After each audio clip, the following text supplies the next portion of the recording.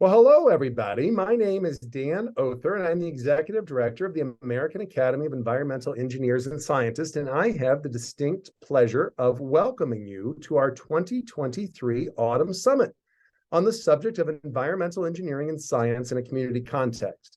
As we begin today, I'd like to thank the patrons of the Academy. These are utilities and firms that financially support the events of the Academy, and we are grateful for their financial support, which helps allow us to make this event free to members of the Academy. To put this in some context, we're talking about environmental engineering and science in a community context. So let's begin with understanding environmental engineering and science. According to the bylaws of the Academy, environmental engineering and science is the application of engineering or scientific principles to improve and maintain the environment for the protection of human health, the protection of nature's beneficial ecosystems, and for environment-related enhancement of the quality of life. In other words, environmental engineers and scientists are protecting human health and the environment. But human health and the environment is more than just the technologies that we use. Human health and the environment, according to Healthy People 2030, the U.S. Department of Health and Human Services aspirations for the United States by 2030, includes what we call the social determinants of health, which are defined as the conditions in the environment where people are born, live, learn, work, play, and worship that affect a wide range of health, functioning, quality of life outcomes, and risk, including economics and education, access to health care, your neighborhood and built environment, and your social and community context. In other words, environmental engineering and science is not a sport that we only play by ourselves. It's an activity that we do in a context of community. And if we're interested in supporting human health and the environment, we have to understand those communities where we work.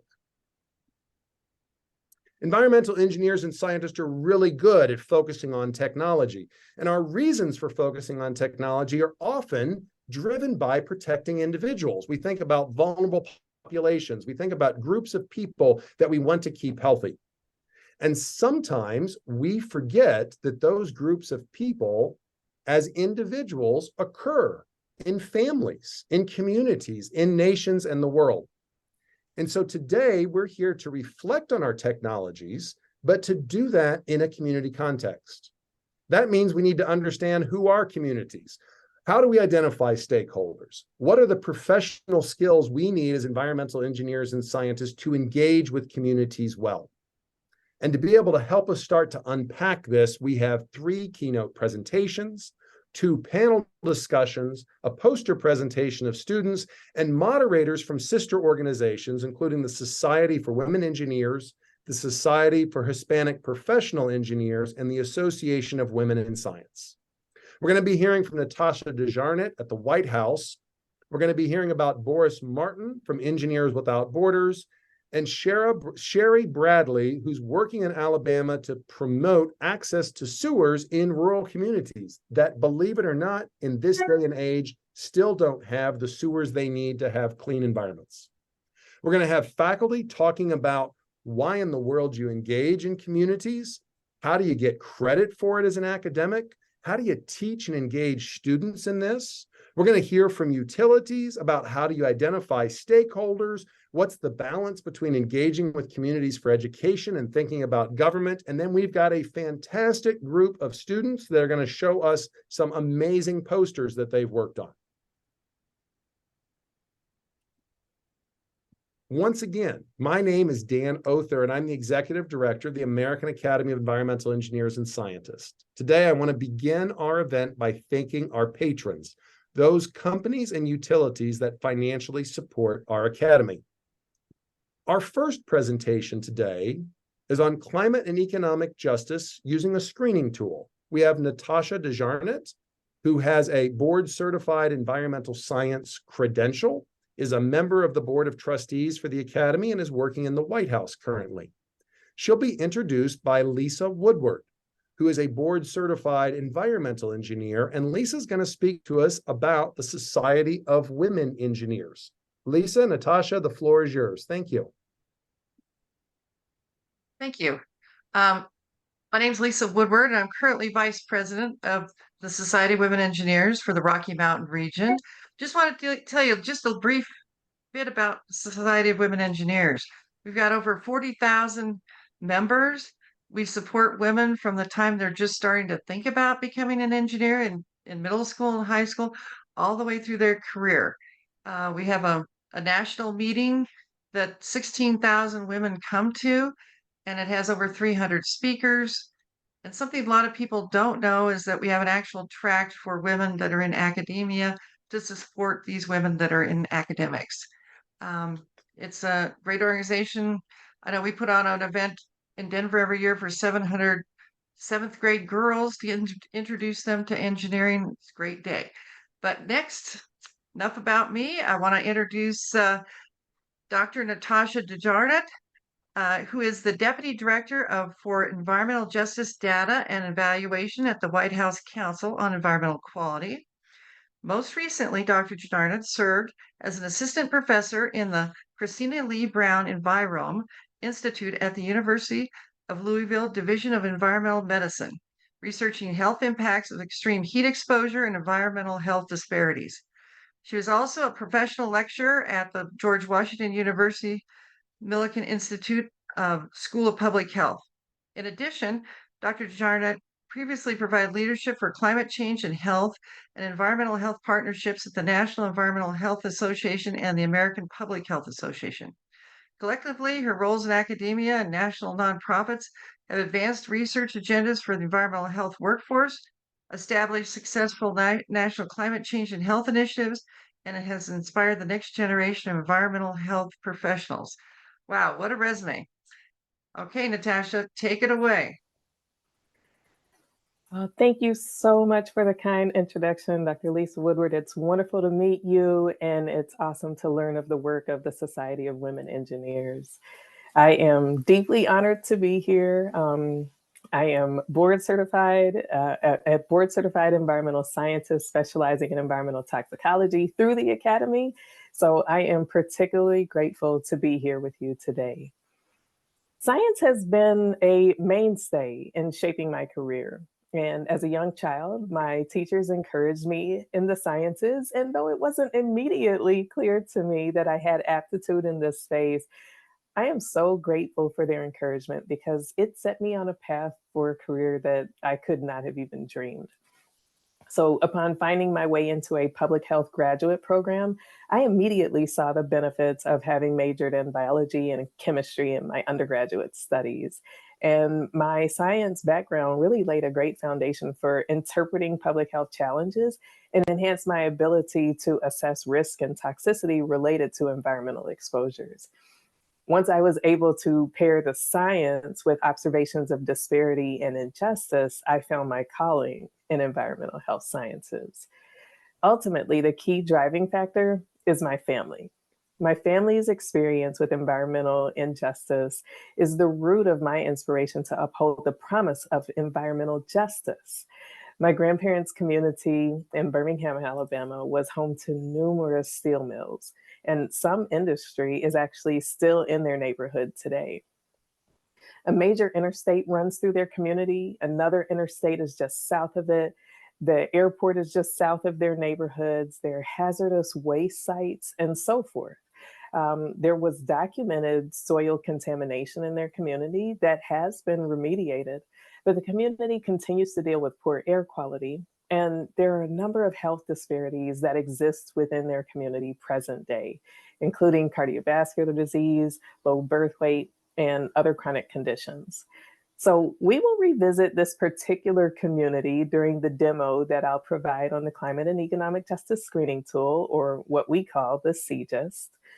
And with that, I'm excited to provide you some background information on this very relevant and timely tool, which can be very helpful for informing environmental engineers and scientists in understanding the communities that you are serving.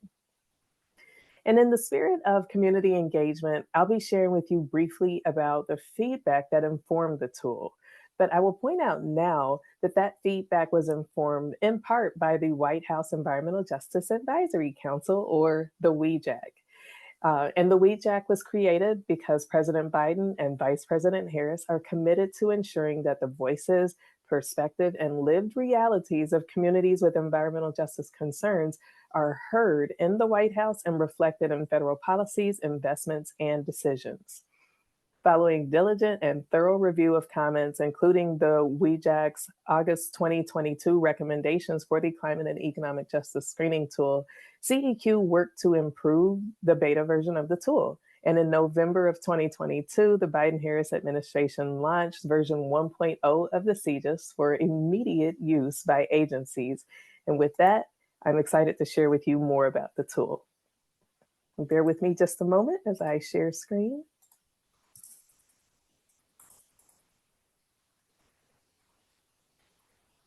All right, so I want to acknowledge CEQ's environmental justice team under the leadership of Dr. Jalon White Newsom, and of course, CEQ Chair Brenda Mallory. And I'll also acknowledge our partners at the U.S. Digital Service that contributed extensively to the development of this screening tool. Version 1.0 of the Climate and Economic Justice Screening Tool is a key step in delivering on the administration's environmental justice commitments, as well as its Justice 40 goals.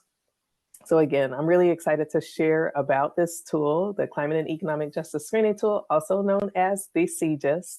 Version 1.0 was launched November 22nd, 2022, and federal agencies are using this tool to help identify disadvantaged communities who will benefit from the Justice 40 initiative.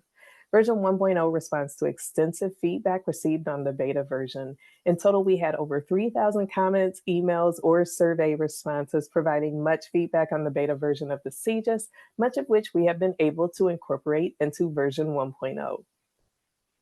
President Biden signed Executive Order 14008 on tackling the climate crisis at home and abroad during his first week in office. This executive order charged the Council on Environmental Quality with creating a geospatial climate and economic justice screening tool and publishing interactive maps highlighting disadvantaged communities. Executive Order 14008 also created the Justice 40 Initiative. The Biden-Harris administration's Justice 40 initiative seeks to deliver 40% of the overall benefits of certain federal investments to disadvantaged communities that have been marginalized and overburdened by pollution and underinvestment in the areas that are shown on the slide. The Justice 40 initiative is a series of changes by agencies. It's not a one-time investment and not a single pot of money, but it applies to certain existing programs known as Justice 40 covered programs, and it applies to certain new programs, including the Inflation Reduction Act, the Bipartisan Infrastructure Law, and the American Rescue Plan. For the CJUS methodology, communities are considered disadvantaged if they're in tracts that meet the threshold for at least one of the tool's categories of burden. In addition, communities are also considered disadvantaged if they're on the lands of federally recognized tribes. So in the CJUS tool, burdens are categorized according to the areas that relate to both the Justice 40 areas of investment, as well as how President Biden referenced disadvantaged communities in the executive order, including the categories of climate change, energy, transportation, housing, legacy pollution, water and wastewater, health, and workforce development. A community is highlighted as disadvantaged on the CJUS map if it's in a census tract that is at or above the threshold for one or more of the burden indicators, and that tract is at or above the threshold for an associated socioeconomic burden. The low-income threshold is set at the 65th percentile for all categories that use that indicator, with the exception of workforce development, which has the associated socioeconomic burden of education. Overall, there are a little over 27,000 census tracts that are identified as disadvantaged in version 1 of the CJUS. I'll share an example of the methodology behind the housing and water burden categories and encourage you to view the CJUS website under the Data and Methodology page to see the methodology along with documentation of the data sets that are used for each burden category. But you can see them all summarized on this slide and the following slide.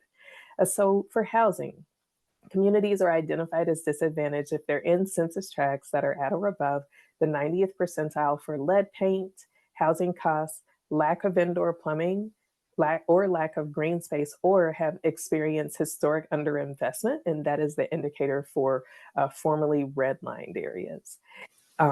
So any of those indicators, and they are at or above the 65th percentile for low income, that would render a community to be identified as disadvantaged in the housing burden category.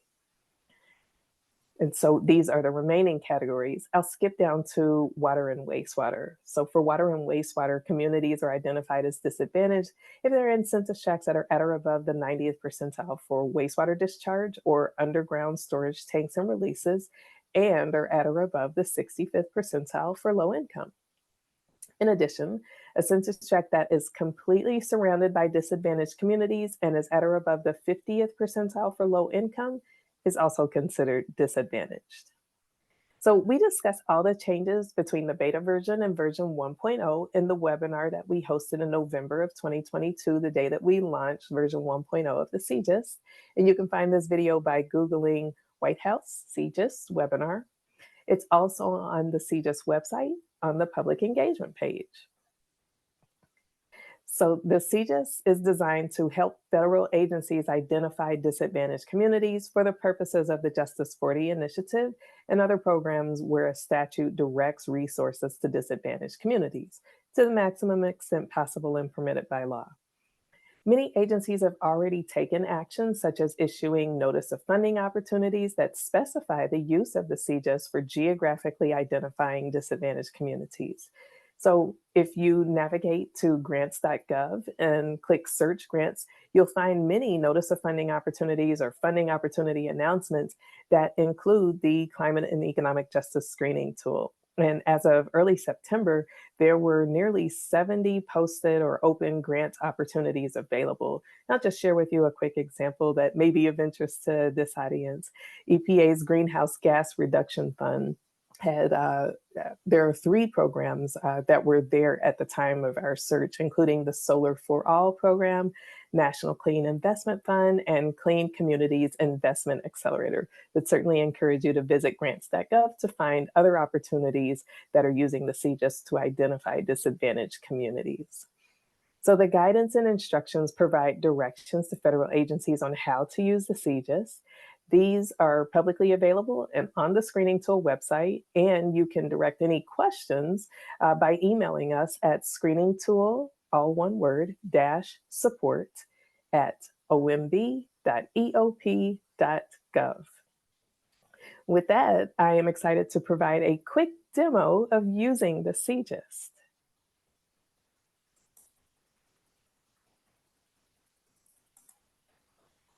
Okay, I expect that I am sharing a website now. I'm certain the organizers will let me know if that is not the case, but I'll go ahead and dive in. The CGIS, you can find it at screeningtool.geoplatform.gov, and we are here on the home page of the CGIS. So to learn more about the tool, if you click About and then click that first tab for About under there, that will take you to our About page. I've already pre-populated these pages in the interest of time. And so on the About page, you can learn more about the tool. But I also mentioned to you that the memorandum guidance for federal agencies to use the CGIS is included here, as well as the instructions to federal agencies on using the CGIS. So I'll point those out to you very quickly. And you can see here in this memorandum, it states that federal agencies should now start using the CGIS to geographically identify disadvantaged communities. And then also there are the instructions to federal agencies are also linked on this page. And in these instructions, you can see how federal agencies are instructed to use the CGIS, including how to use the CGIS to identify and prioritize disadvantaged communities, transitioning to using the CGIS, the potential update schedule, as well as transitioning between different geographic units in the CGIS. Also on our About page, if you scroll down, there are 2 tutorials that actually provide screenshots that one would expect to see when using the tool. And I think these are particularly helpful. So I will show one on the user interface for the tool, and it's got the screen grabs of what you would expect to see. And then there's another that is on using the CGIS spreadsheet. And it also has screenshots of what to expect when you open the spreadsheet for the CGIS. So if we go back to the website, we click on methodology and data. That takes us to our data and methodology page. And if you scroll down, you'll see the burden categories, as I mentioned them before, and all of the different indicators that inform those categories. And if you scroll further, then you're able to see all of the data sources that inform those indicators as well, along with links to the sources. So definitely encourage you to investigate further. But let's dive into the tool. If you're using the tool, you can go to this search bar here and you are able to type in a city, you're able to type in a zip code, you may be able to even type in landmarks. And if your geographic location is not disabled, you see that mine is, but if geographic location is enabled, if you want to see your specific area where you are located, you're able to use that geolocation feature there. Also, there are shortcuts to Alaska, Hawaii, and the US territories as needed for easier access here. I've gone ahead and I've typed in Birmingham, Alabama, and you can see that we are here in Birmingham, Alabama. In the community that I described to you before, I'm clicking on that area of North Birmingham, and you can very quickly see that this community is identified as disadvantaged, one, because of the darker shading, but also on the side panel where it says identified as disadvantaged, it shows that yes, it is. You can see that for this particular community, each of these different burden categories are highlighted as blue. So for each of these different categories, it exceeds thresholds along with the associated socioeconomic category. So if we click on housing, we can see, for example, that this community has historic underinvestment. As I mentioned, that is the indicator for formerly redline communities, and this community is a formerly redline community. And if we also scroll down and see that this community is low income, for that, along with housing costs in the area, the housing burden category is flagged as disadvantaged for this particular community. So what does this look like in a community that's not identified as disadvantaged? Here we are back in Birmingham, Alabama. We'll click in one of the areas that is not shaded. Click in the Mountain Brook community, and you can immediately see it's not shaded, so it's not identified as disadvantaged, but also for further evidence where it says identified as disadvantaged, this community is not. You can see that there are no blue highlights here, but all of the information is still there and available for you to understand features of this community. And I just want to give you one more example. We're going to step away from Birmingham, Alabama. We're in Oneida County, New York right now. And I want you to see another circumstance that you may encounter with the CGIS. Clicking on this community here around the Augusta area, this area is identified as partially disadvantaged. You can see this lighter shading and then no shading for this community. And that is because the lands of federally recognized tribes cover 45% of the land of this tract. So with that, I am grateful to have had the opportunity to share with you about the CGIS and look forward to. Thank you for a great presentation, Natasha. And I think we're going to turn it back over to Daniel. Well, Natasha, Lisa, thank you so much. That was fantastic. We are so grateful that you were able to join us, Natasha. Lisa, thank you for explaining the Society of Women Engineers to us and inviting Academy members to engage with SWE. Natasha, fantastic presentation. Thank you all so very much. We're incredibly grateful to you. I'm going to share my screen now as we move on to our next event. And so as part of this summit, one of the things that we just wrapped up was Climate and Economic Justice Screening Tool by Natasha DeJarnett, introduced by Lisa Woodward. My name is Dan Oerther. I'm the Executive Director of the American Academy of Environmental Engineers and Scientists, and we are excited that you're with us today. We want to begin by thanking the patrons of the Academy whose financial support as utilities and consulting firms make the programs of the Academy affordable to our members. So thank you to our patrons. Our event today is going to focus on a panel of faculty. The Association of Environmental Engineering and Science Professors, or AAESP, has a working group. Now, AAESP is a sponsoring organization of the Academy. A member of AAESP serves as a liaison, a member of the board of trustees of the Academy. And within AAESP, a number of faculty are engaged in community-engaged research or community-based participatory research, or a variety of different tools for faculty members, sometimes with students, sometimes on their own, sometimes in other forms to engage with communities. And some of the questions that faculty members struggle with are, how do I get academic credit? How do my students get credit? How do I publish? How do I identify who the stakeholders are? What does it mean to kind of leave the classroom, leave the laboratory, and move out into the world? And how do we do this in humility? How do we do this where we get rid of our ivory tower mindset that we have all the answers, and instead we look to work with communities as equal partners? This panel is going to give us a fantastic way as faculty members to understand how to grapple with some of these questions. We have Lupita Montoya, who's a U.S. Fulbright Garcia Robles Scholar working in Mexico currently. We have Jose Manuel Serrato, who is the professor and Regents Lecturer at the University of New Mexico. And we have Justin Hutchinson, who's the Ernst C. Pogues Chair Assistant Professor at the University of Kansas. Welcome to our faculty panel. I'm going to highlight these individuals, and I believe, if I'm remembering correctly, Lupita, you wanted to actually be able to do some screen share here at the end, here at the beginning, and share a few slides. So why don't I add the spotlight to Lupita? And Lupita, the stage is yours for about 5 minutes. Thank you. Thank you for the opportunity. And I'm going to try to be brief because I do want to share quite a bit of information, and we have short time for it. But I thank the American Academy of Environmental Engineers and Scientists for inviting us today. And in fact, I just finished my year as a Fulbright Scholar in Tijuana, Mexico. And so I'm right at the next stages, and I'm back in the US working on this very important topic, which is community engaged research in environmental engineering.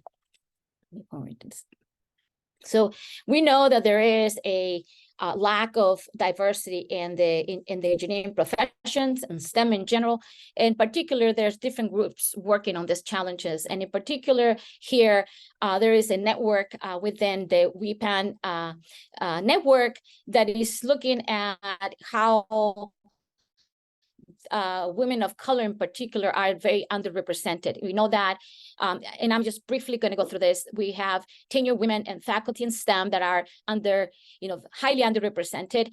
But when we look at women of color, that is even worse.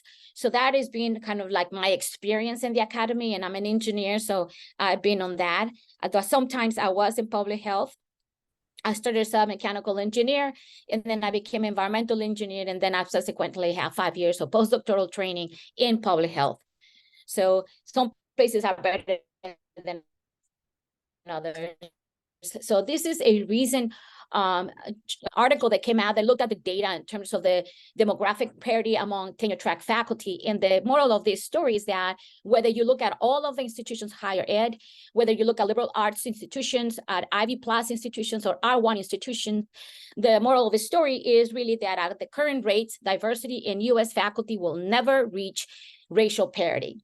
And that there is, in fact, some hope if colleges and universities can actually achieve parity by 2050, but they, in diversifying their faculty, if they hire faculty at 2.5 times the current pace. So the article is at the bottom. It just came out last year, towards the end of the year.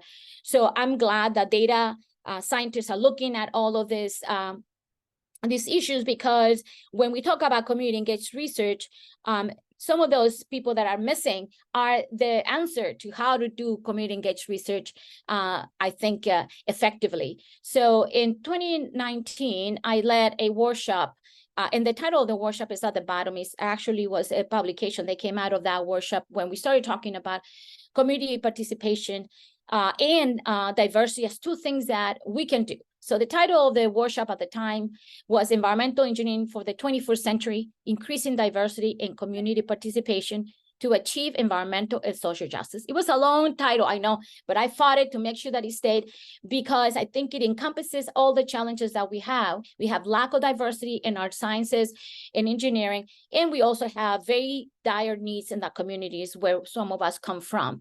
So at the end of that workshop, we prepared this document and we published it, and we had a series of recommendations, which are posted here in this diagram, where we basically say that we have communities of color that are disproportionately burdened by environmental pollution. And what we want is a future with increased diversity and community participation to achieve environmental and social justice. So in the path to that, we made 10 recommendations. We know also that students and faculty of color are underrepresented in environmental engineering and the programs in the US. And I said we can dive into that, but I think everybody knows the data by now.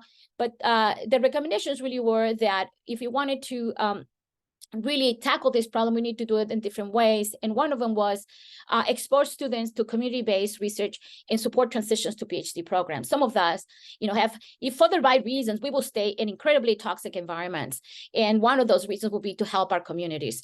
Another recommendation is to establish action research groups and communities of practice of interested faculty. So I'm actively working on this. So faculty are already engaged in this research, and we need to support them. We need to give them the right tools to be effective and be recognized. Another recommendation was to improve experiences and use transdisciplinary approaches to evaluate that. So there's quite comprehensive. So this is published also, so you can get access to this and read through it. I want to make sure that I get to it. So what is community engaged research? Part of what I'm doing now is really defining for people, make sure that people understand that the different levels. And on the left side, we see, for example, models where we can go from outreach, where the confirmation flows from researchers to the communities, all the way to community directed or community as leader. And when I'm talking about community as leader, I'm saying even including scholars from those communities, because we do exist. And in terms of elements, these are the key elements that I think need to be part of it. And one of the ones that I highlighted is the equitable valuing of knowledge and scholarship, because my experience has been that those of us who come from these communities that are marginalized are also marginalized in the academy. So that is part of the challenge we have now. And finally, what are the solutions? So I'm now co-PI in a NSF advanced grant. We call the Spaces to align community engagement in STEM, and specifically doing a number of things to help assistant professors in environmental engineering in affiliated or related fields to be promoted, and to also to promote and to support community engaged research as a type of research that is legitimate and has rigorous tools. So I know that I threw a lot of it, but the main thing is, I just want to put this out there. My plight is that there should be no discussion about environmental justice if we are avoiding discussing the marginalization of the scholars from those marginalized communities in the academy, because we do exist and we've been working against all odds to make progress. So by erasing us, you are removing yet another tool to support these communities. So we need to bring this discussion to the table. So I just want to bring this because I know usually people think is I'm using the term pobrecitos, the marginalized communities have no resources, they have no knowledge, they have to be on the receiving end. But some of us are educated and we are working with our communities, but we get discriminated then when we do it. And then we get replaced by people who are privileged and coming from other spaces that have much fewer tools to work and support these communities. Thank you very much. Lupita, thank you for your sharing your story. We're so grateful for having you here. If I can maybe ask you to stop sharing screen, and we'll be able to get Jose up here as well. Lupita, one of the ways I've heard people describe this is no research on us without us. And I think that mantra is very important. Thank you so much for sharing. That was exceptional. Jose, the stage is yours. Thank you so much, Dan. I thought through what I was going to do, and I felt that the most adequate thing of take these minutes from you is to tell story. And that's what I now do, to go to communities instead of my death by PowerPoint, which my students don't like very much. So I want to share with you that as we prepared for this panel, which I hope can be more focused on your questions than what I have to tell you, Dan was suggesting us, Jose, can you explain why would students or faculty want to engage in community engaged research? And I believe that it has to do more with a conviction, with a determination that we should have as environmental engineers and scientists, that our profession is, I would say, very privileged in some ways, right? Because our results directly have to do with what communities live every day. Water, air quality, you name it. I mean, it's all our environmental resources. And therefore, as a person that works at the University of New Mexico is one of the poorest states of this country, and we are the flagship university. I feel that I owe it to the citizens of this state to provide my expertise so it can serve our community to address problems that they guide us to do. And I guess this is one of the first things that I want to share of my story. As an engineer, I have learned to listen. So if you want to do community engaged research, you have to be willing to invest time to build relationships. And I have been in many talks recently because the Department of Defense or the Department of Energy or the National Science Foundation and the National Institutes of Health and many of these federal agencies who provide grants and funding for our faculty and students have this word now, right? Community engaged research. And I cannot tell you how many conversations I have been recently on people wanting to take advantage, because that's the word. Jose, you live in New Mexico, you're Hispanic, let's have in the proposal because you're a free coin here. And I would say if that is your motivation to do community engaged research, that is not the right motivation.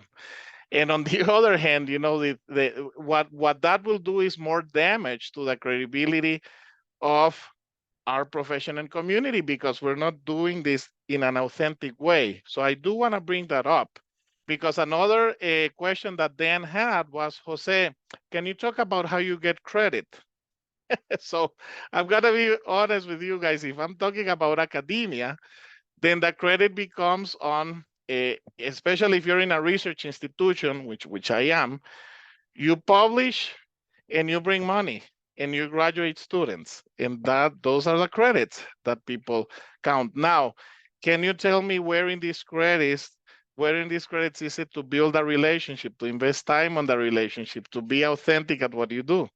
And that, I think, is the challenge that we had. So the Association of Environmental Engineering and Science Professors had this task force that Lupita, Justin, and I participated. And I want to share a result that we have of 2 years of work. We came up with a very nice survey that we shared with our community. And not surprisingly, the responses that we received were very poor on the resources and the established mechanisms that universities currently have to give credit, especially to assistant professors who are going through the tenure process on doing this type of research. So I don't want to make anyone discouraged, but I do want to express this realistic view that complements Lupita's words right now. And I think we should have an open conversation, because we owe it to our community and we owe it to this world to do the best that we can whenever we are putting our expertise into service to our communities.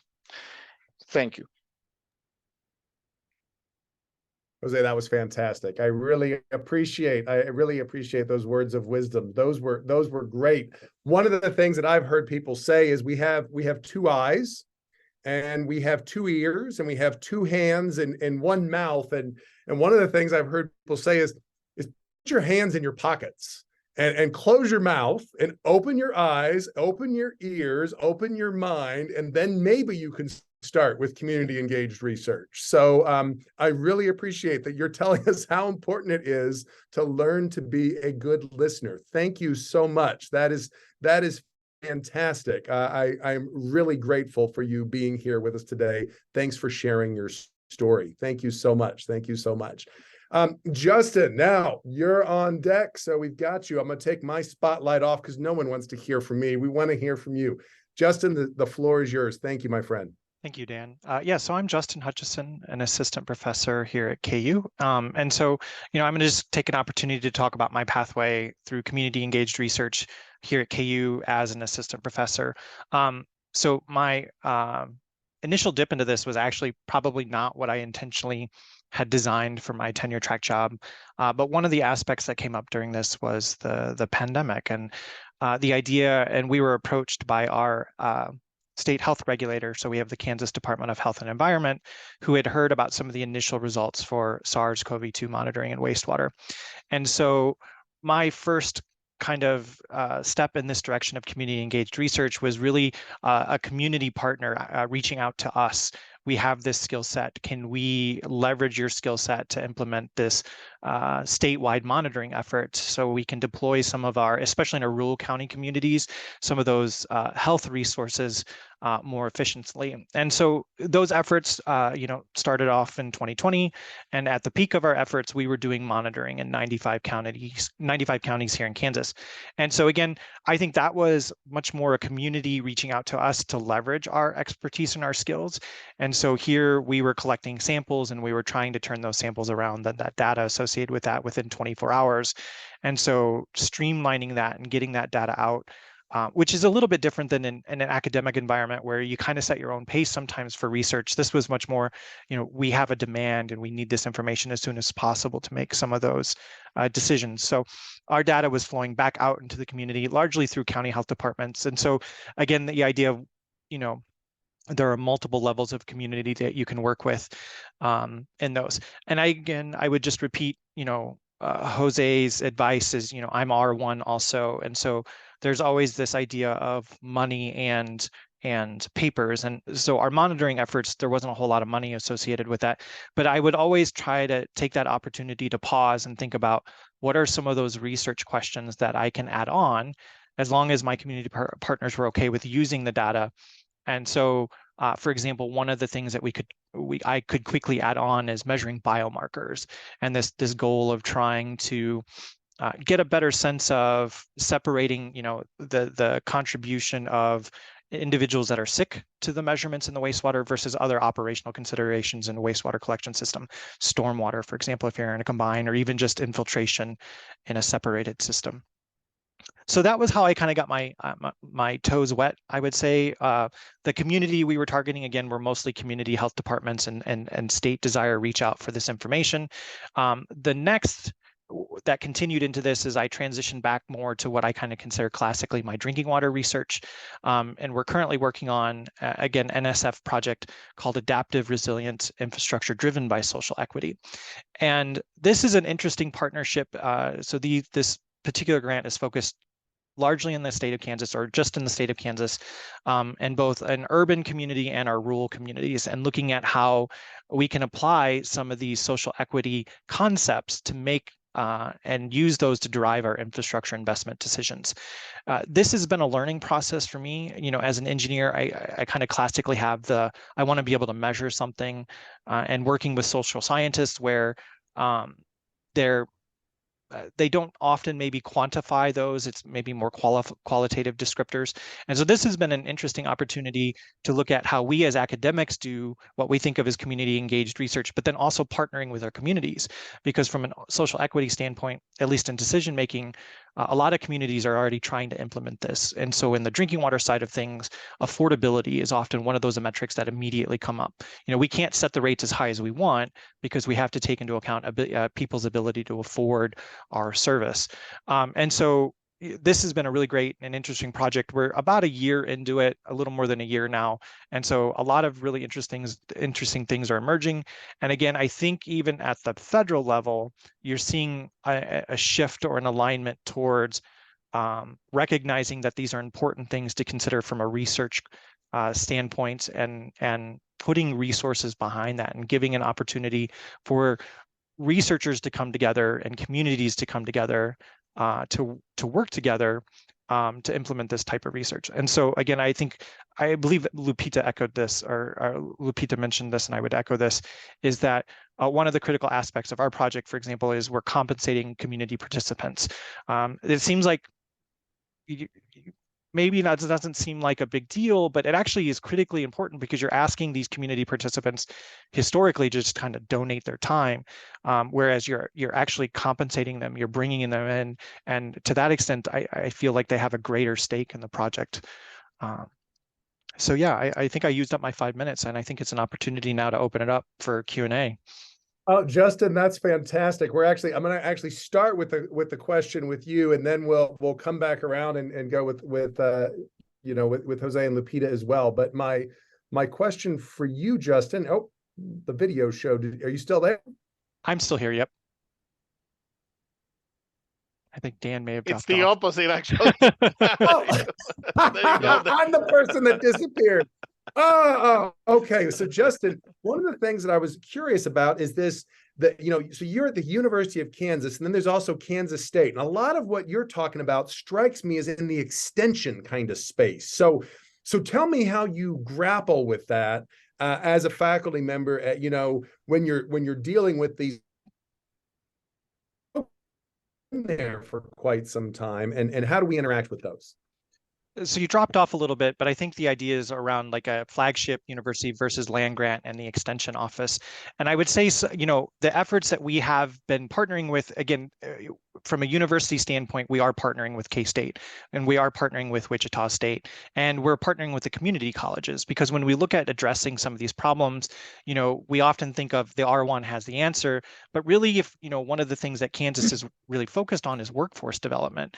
And while we train a very specific subset of that workforce, there's many levels to that, and engaging across those different levels of opportunities to engage in education is an important aspect of this AAEES topic. If we really want people to be making these decisions in infrastructure that are socially equitable, we need to engage at all of these levels of education, because someone from a community college can work their way up in a system and become a general manager of a drinking water treatment operation. And they're going to have as much say potentially as, or they'll have more say than I ever will in those situations.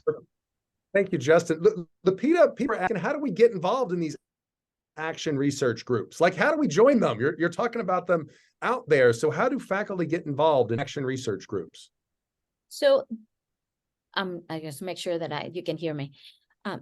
There are many efforts around the country and outside the country, people starting to pay attention to communities. And I'm an aerosol scientist, so the pandemic did a lot of good and a lot of bad. So at least now that people recognize that's been the space where I've been trying to prevent things like what happened in the pandemic from happening. And yet, by the time it came around, I had already had, a very unsavory relationship with the institution where I was, because they didn't like that research, even though it was published. So this is where people want to do actionable things, is find the people who are actually doing the work, not just go and get a grant so that we can say we're doing something. So part of what we're doing now is promoting this CER elements that I listed, including, capacity building. So some of us are the experts, but we are institutions who will not accept our expertise. So just like we're trying to get people to go through college, we also have people who are the foremost experts in certain areas. And we need to be able to accept that communities have knowledge that has value in order to do this work.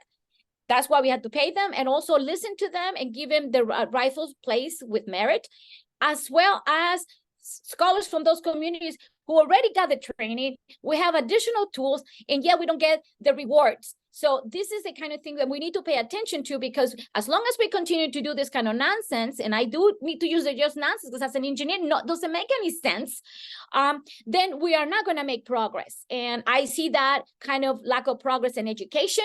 So in engineering, and I chose to stay in engineering instead of staying in public health because I spent 5 years there, because there's a lot of engineering work that must be done, that needs to be done in this community. So the action will be the new technology, the new systems, the new control methodologies that need to take place specifically to address the needs of these communities. So we need, and we have a lot of work to do in engineering. So that's the action part. And the communities will tell us what they need. a new, air quality system, or, a water treatment system that is more affordable. All of these things are engineering, and they kind of know, but they don't know that they have people already who are in these spaces. So let's put these two communities together. Thank you. And I think Dan froze again.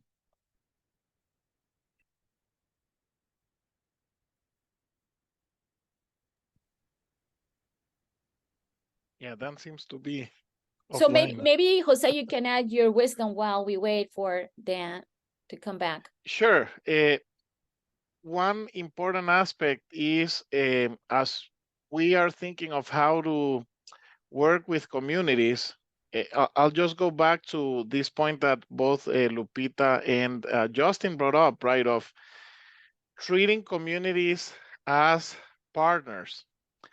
Doesn't mean that you are the expert and they're not. Exactly. And I've had these conversations with some of my dear community members where they have told me, Jose, we're not dumb. Don't talk to me that way. And I've had to be very humbled on that, taking Dan's initial words of having humility to this work, right? So I think that finding a way of honoring the partnership is very important, to recognize the expertise that the communities bring, compensated, right? Taking what both Justin and Lupita said, but also at the end, if there are publications that come out, if there is a technology that come out, then you have to do the diligence of giving credit where it goes, right? And I think that having co-authors, having collaborators that you treat the same way as you would treat your colleagues in a company or in a university, treat them the same way, and that will go a long way, if you include these people in publications, collaborations, right? Because they are our partners, our community partners, our experts from the community. So that's the only addition. Yeah. No, thank you, Jose. I appreciate that. Sorry, you know how it goes. You're in the middle of the discussion and the internet drops. So Sure. Hey, one of the questions that we had online was the educational pipeline.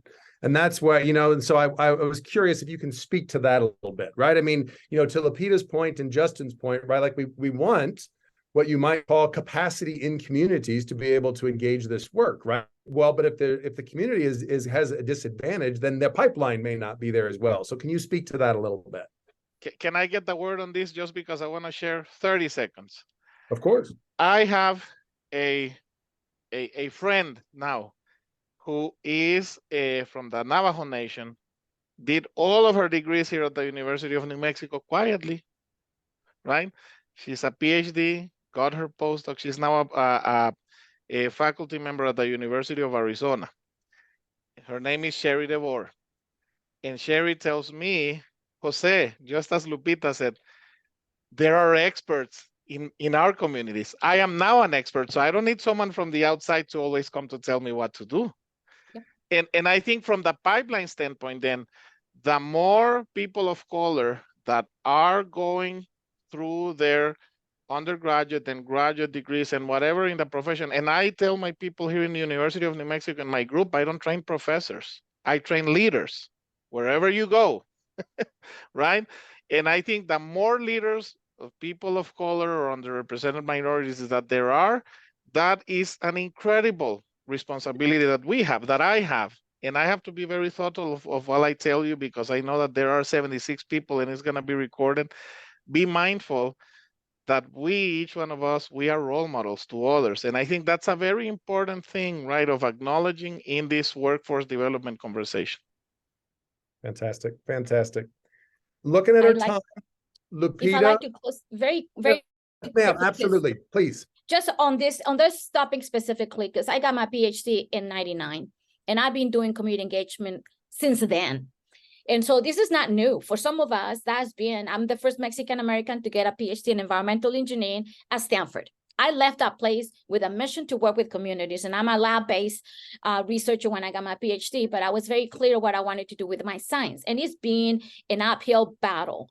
And so toxic environment after toxic environment, especially once I started as a faculty. So to me, this is the mission now, to clarify what's happening in our communities. We do have researchers, we do have experts, we have more tools than anybody else who can come from outside, and we need and deserve, and our communities desperately need us to be successful, because we are going to make things better, because we know what's going on, and we don't need to go ask, and they sometimes don't even tell you because they don't trust you. And so this is the part where people don't understand. We are talking about, at least in my field, aerosol science, deaths happen in this pandemic unnecessarily. And that was uncalled for. So I am very clear about science should be not based on your color or your gender, and yet it is. So we need to be clear about these things. If you really want to be supported to these communities, you also need to support the scholars from these communities. Some of us are the foremost experts, and we deserve that space. We have earned it. Some of us have worked on it for decades, not 2 years, not 3 years, not 5 decades. So thank you very much. Thank you, Lupita. Thank you, Jose. Thank you, Justin. This was incredibly informative. I think he was going to say thank you.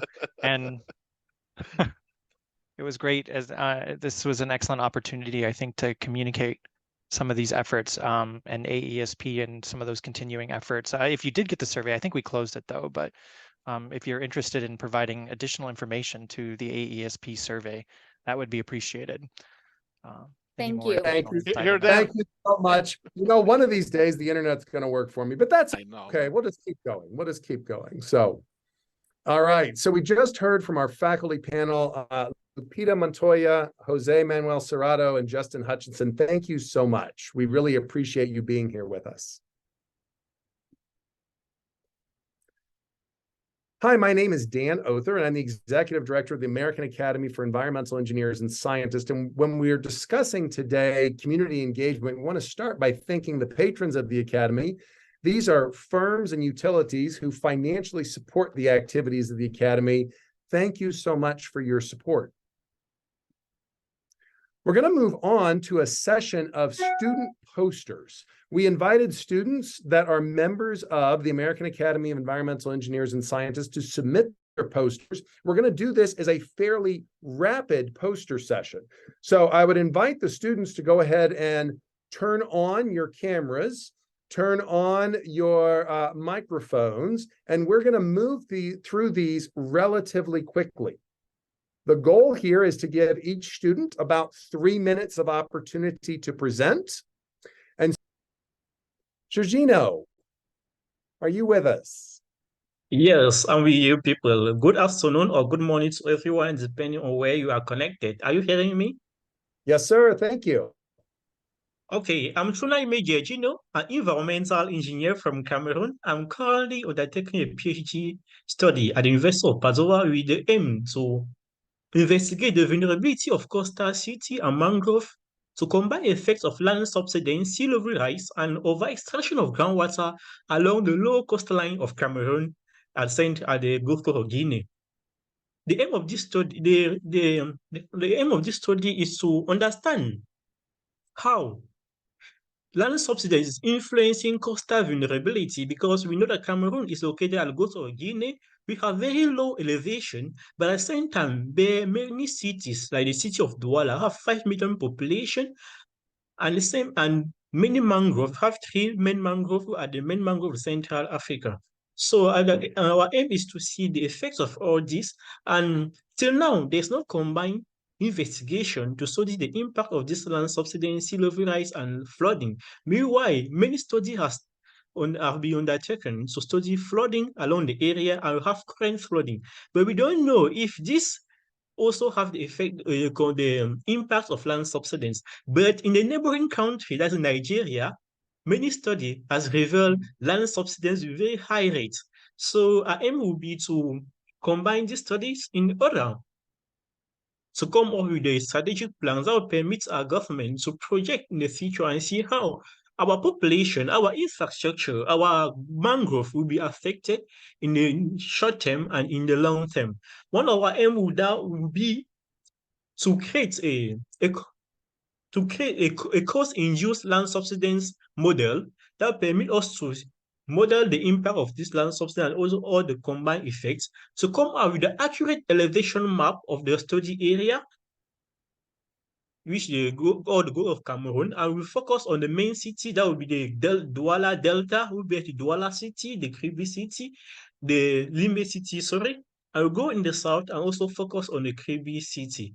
I think that is the core of this research.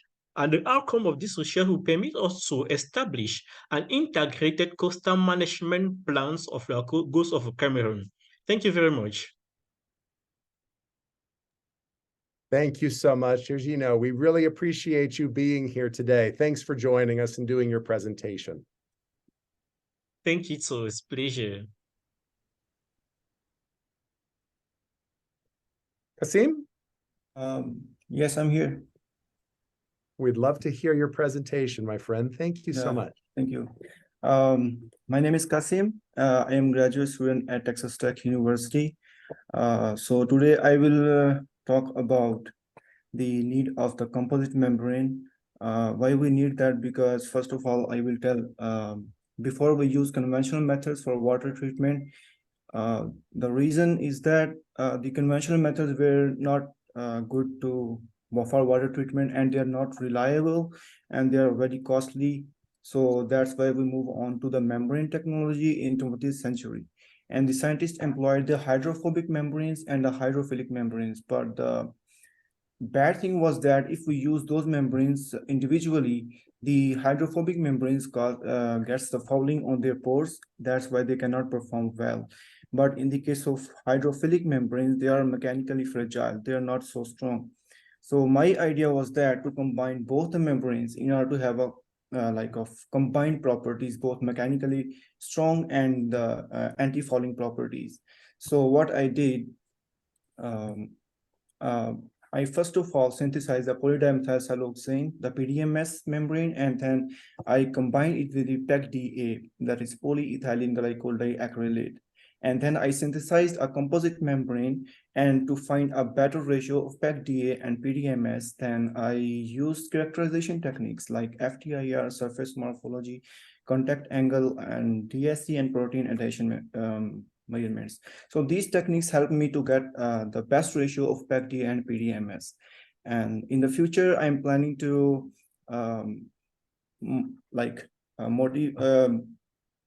convert my technique a little bit to be more feasible for a 3-year process, like it should be recyclable. That's it. Kasim, thank you so much for your presentation. We really appreciate you being here. That was excellent. We really appreciate that. Thank you. I'm gonna go back up, Chica. I see that we've got your video on. So the floor is yours, my friend. Thank you so much for joining us. Thank you so much for the opportunity to present at this summit. I really do appreciate it. So my project is on glow discharge optical emission spectroscopy elemental mapping for nanoparticle characterization in plant tissues. Nanoparticle is increasingly being used in diverse fields, from medicine to industry to agriculture, and there's a widespread use. However, the full picture of its increasing exposure is not currently being understood. So there's a need to develop characterization techniques to investigate the toxicity associated with nanoparticles use. Certain studies have shown that nanoparticles can clog the pathways through which plants can uptake nutrients and disrupt plant growth and affect the plants and kill the plants in the end. So there's a need to develop analytical approaches to analyze plant tissues, owing to the fact that plants is a major part of the food chain. So invariably, it's going to affect humans. So my work was in developing glow discharge optical emission spectroscopy, which is an applied spectroscopic technique. And it's a high throughput technique compared to typical technique like transmission electron microscopy. And elemental mapping is a way we get our information in the spatial dimension. So you can see in real time, you can see where the particles, where the pollutants are concentrated. And in doing this, we successfully elementally map nanoparticles for plant tissues. And this was the first time it's ever been done using glow discharge optical emission spectroscopy. And we're about 3 orders of magnitude better in terms of time advantage. Moving forward, we hope to utilize these for nanoparticle on the nanoparticle characterization under real-time exposure. Thank you. Thank you, Chica. Appreciate it. Excellent poster. Thank you so much. I believe the last one that we have today is one that's been recorded. Hi, I hope you are fine. My name is Hadi Fani. My present about waste to energy.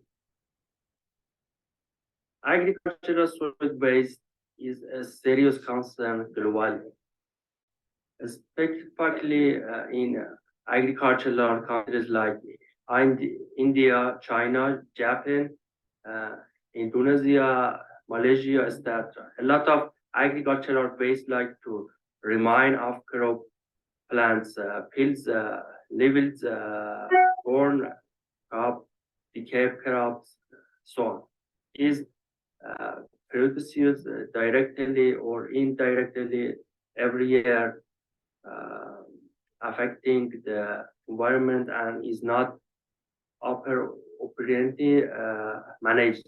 Therefore, to overcome this problem, there is a need to develop waste redemption techniques to transform solid waste into value-added products, such as new energy.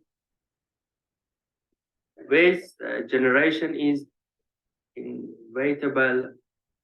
It is not in our hands to stop its generation. What we can do is to reduce generation, and most important, we should develop new technologies to reduce the generated waste and convert it into useful value-added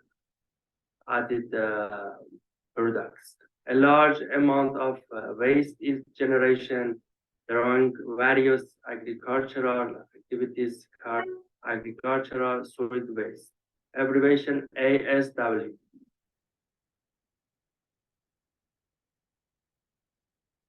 Result present there is a need for research so that the production of the undesirable byproduct can be eliminated.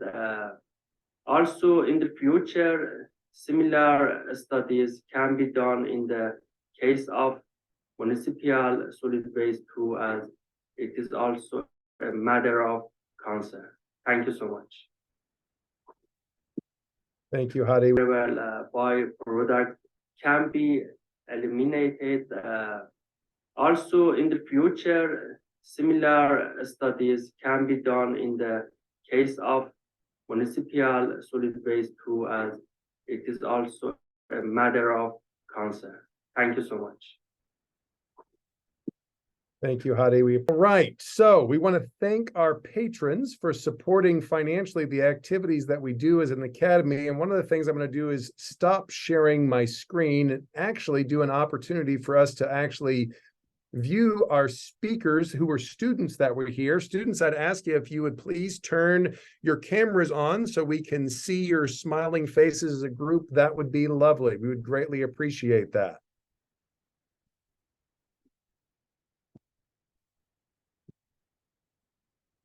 Thank you, Yoel. Thank you, Mastura. We appreciate you being here. One of the things that I wanted to share with the audience is that the American Academy of Environmental Engineers and Scientists is made up currently of approximately 1,900 board-certified individuals. In addition, we have about 125 members and 27 honorary members. What many people may not be aware of is that the American Academy offers free membership to students. While you're pursuing your baccalaureate, master's, or doctoral degrees, student membership is free. Once you graduate, the Academy invites you to join as a member, and as a graduation gift, the Academy offers you 1 year of free membership after graduation. For those of you that may not be aware of this fact, currently the Academy has more than 1,600 student members. This is some of the largest student membership we've ever experienced as an organization. It points well to the future of the environmental engineering and science profession. Just in the United States, nearly 50,000 people identify as environmental engineers and 80,000 people identify as environmental scientists. With 1,600 student members, the Academy is well positioned to be able to help influence the future workforce, and we're particularly grateful for the students who took time out from busy studies and busy schedules today to join with us to offer your posters. Please join me in a round of applause for these exceptional students. Thank you all so very much. We are so grateful to you. Wonderful, wonderful, wonderful. We thank you so much. Moving on with our program. My name is Dan Oerther, and I'm pleased to be the Executive Director of the American Academy for Environmental Engineers and Scientists. As we begin our presentation today, I want to say thank you to the patrons of the Academy. These are utilities and firms that provide financial support that helps the Academy accomplish its goals of leadership and excellence in environmental engineering and science. What we're going to be talking about today is a keynote presentation by Boris Martin. Boris is the CEO of Engineers Without Borders USA, the president of Engineers Without Borders International, and Boris is going to be talking with us about serving all communities as a shared responsibility. We are very fortunate today to have Fernando Hinojosa, who is representing the Society of Hispanic Professional Engineers. SHIP is a fantastic sister organization to the Academy, doing a wonderful job engaging with a particular community of engineers. Fernando, we invite you to share a little bit about SHIP and also to share some details about Boris as we introduce him for his presentation. Thank you so much, Dan. I appreciate it. And I appreciate the Academy, everybody here today for the opportunity to speak to all of you and to introduce Boris as well. To start off, my name is Fernando Hinojosa. Again, it's a pleasure to be here. I am the Director of Pre-College Programs and Parent Outreach at the Society of Hispanic Professional Engineers, which most people tend to call it SHEP, and that's what we're known for all across the country. SHEP is an organization that is devoted to increasing the presence of Latinos in STEM, to be really straightforward. Our focus, we're driven by our mission and vision. Our mission is that, we change the lives by empowering the Hispanic community to realize its fullest potential and to impact the world through STEM awareness, access, support, and development. And our vision is really centered on the idea that we live in a world where Hispanics are highly valued and influential as a leading innovators, scientists, mathematicians, and engineers. We service members all from a range of student members that are in the K-12 space, all the way to professional members. We do not believe in the idea that we have alumni. We believe that when we have members, we keep them for life. And so we tend to avoid that area. We're to just recruit and to keep them and provide services all along the way. More specifically, in what I do in the pre-college space, I focus, myself and my team work on really looking for ways to inspire the K-12 community through different programs and outreach events. Two key events that we have are our virtual STEM labs that are hosted monthly, where students can sign up for free, receive a KiwiCo kit, which is a hands-on activity, and they work alongside through a webinar with dedicated facilitators and volunteers that are professionals in the engineering field to kind of learn more about what is the profession, what it took to get there, and just get a one-on-one experience with those that are present. Our second program, which is Equipando Padres, or Equipping Parents, it's one of our premier programs that is dedicated for parents of first-generation college students that are entering engineering. So that program just focuses on the parent, and it allows us to help teach the parents things that they might not be aware of and how to best support their children as they're going through the engineering career. We know that it's a challenging field, and so we want to be able to demonstrate to parents that there are ways to support along the way. With that being said, if you'd love more information, please visit our website at shep.org, shpe.org, and we'd love to have you join our familia regardless of your race or background. We're all one big giant familia. With that being said, it is my pleasure to introduce Dr. Boris Martin. Dr. Boris Martin has been involved with Engineers Without Borders for nearly 20 years. He has worked in Burkina Faso, Canada, France, Ghana, Kenya, Malawi, Uganda, and Zambia, supporting entrepreneurs who are determined to improve their own communities. As president of Engineers Without Borders, Boris is more hopeful than ever for the collective potential of the EWB movement to be realized. Boris joined Engineers Without Borders USA as executive director in 2022. He came from Engineers Without Borders Canada, where he started as vice president of strategy and investment in 2011 and managed the organization as CEO from 2014 until he joined EWB USA. Boris holds an earned doctorate in material science and engineering from McMaster University. Founded in 2007, Engineers Without Borders USA builds a better world through engineering projects that empower communities to meet their basic human needs. Engineers Without Borders represents the United States within the larger international movement of Engineers Without Borders.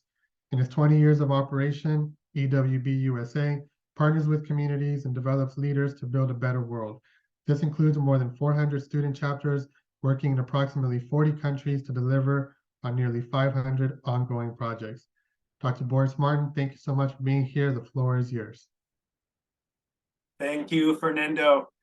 Thanks for the kind introduction. And thank you, Dan, and thank you, the team at AAEES for having me today and for inviting Engineers Without Borders USA into your gathering.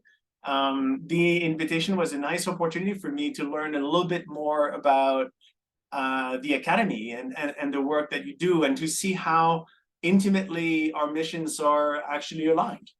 In looking at your history, I saw that you know, I'm a materials engineer, so I kind of feel at home with some of the folks that made you know, some of the poster presentations as well.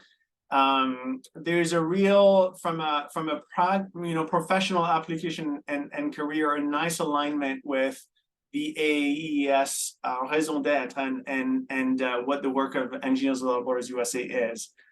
I see that you know, you were founded as a little bit of a spin-off from ASCE, you know, with the principal purpose of serving the public by improving the practice, elevating the standards, and advancing public recognition of environmental engineering.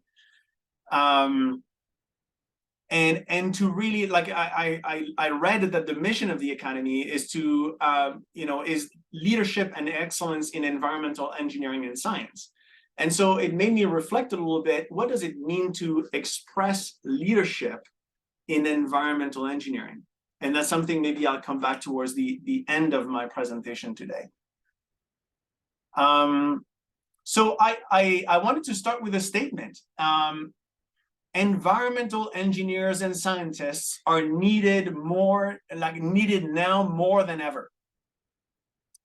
And I want to ask you, since there's a chat, I think there's a chat function. I hope everyone can see it and use it. Do you agree with that statement? And why do you agree with it? And so if you can take a few seconds, type up a little bit of your comments on the side. Environmental engineers and scientists are needed now more than ever. And Boris, I'll invite them to put that in the Q&A. That's the function that's available. Oh, nice. You'll see it there. So yeah, you'll see it in the Q&A. So they can certainly post it as a question.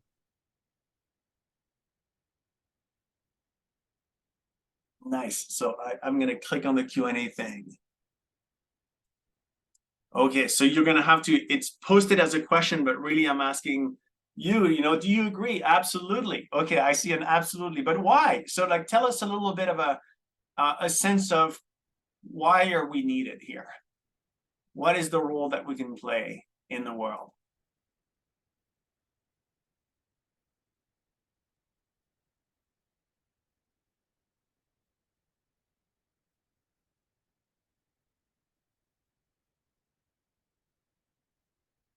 Nice. And as you continue typing in there, I will, yes, potential effect on water resources for climate change, for example, a very practical area where environmental engineers can make a difference. All aspects of environmental engineering and management, environmental pressures, provide clean, safe drinking water. So in my second slide, I will make a proposition for you today. My proposition is that provided that environmental engineering is the application of engineering to improve and maintain the environment for the protection of human health, the protection of nature's beneficial ecosystems, and for environmental related enhancement of the quality of human life, and provided that local challenges are linked to global challenges, there's the in between the lines of climate change is in some of the responses we can hear in the Q&A now, then be it resolved that environmental engineering and science is dearly needed around the world, and be it further resolved that it is part of our shared responsibility to serve all communities globally and to make the scope of our concern not just environmental efforts right in our backyard, though that is extremely important and necessary, but also including the welfare of all humanity, starting with the most vulnerable and most underserved communities on the planet, some of whom are right in our own backyard. So that is the main premise of my presentation, and I want to tell you a story of what that looks like and illustrate how global challenges are, present in people's lives around the world. I met Maria, who's in the center of that picture, about a year ago almost now. She lives in the community of Tingo Pucara, which is in the highlands of Ecuador. If you haven't visited Ecuador, it is a gorgeous country because it has volcanoes, highlands, a beautiful coastline, tropical areas. It's a very multicultural country itself with different kinds of foods in different parts of the country. So if you want to be a tourist there, apart from some of the recent unrests, it is a place you should put on your bucket list. Tingo Pucara is a village that is in the highlands area of the country. It is built near an ancient Inca landmark. It's a place where you can see the entire surrounding areas, very strategic area of the country for Incas. It's in high altitude. The air is thin. People who live in the highlands cultivate potatoes, onions, vegetables. They raise sheep as well and llamas on very steep terrain, as you can see on the picture there. And over the years, the community has grown, and there's small towns and churches and marketplaces, concrete built houses, sort of like on the side of the slopes that are spotting the landscape. Sometimes reaching the communities can be a treacherous ride. Like it took us a couple hours at least driving on a 4x4 on pretty challenging terrain to get to Tingo Pucara. And I would say, for most of it, Maria's life is not very different from any kids around the US. I could see her and her next door or like her next seat neighbor teasing each other and joking during the community meeting we're having. People look up to adults who are also in the room. They go to school, they make plans, they have dreams, they have cell phones that they spend way too much time on, just like the rest of us.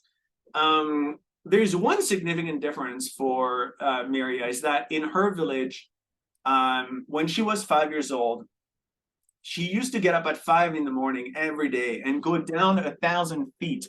And you can see the photo on the side of the slide. She would go down 1,000 feet, her and a couple of llamas to fetch water from the village water source. There's no running water in the entire village. And so in that respect, her childhood was very different from the kids that are around us, I would imagine, though I can't assume who's around on this call.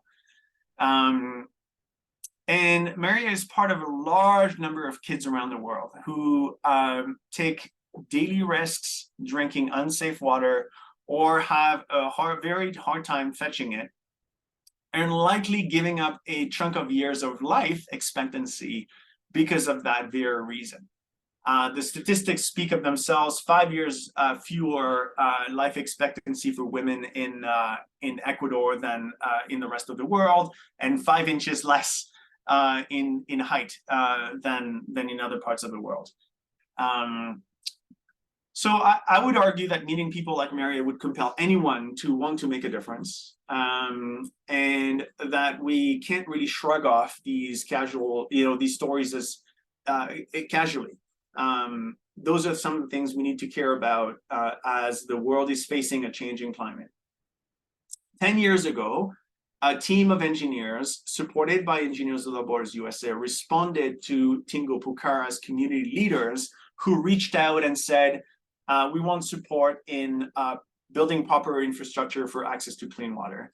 That team raised the funds and supported the technical process of building a pump house at the water source, a storage tank above the community itself, a water main line between the two, and then distribution line into the community's house, in the community's houses.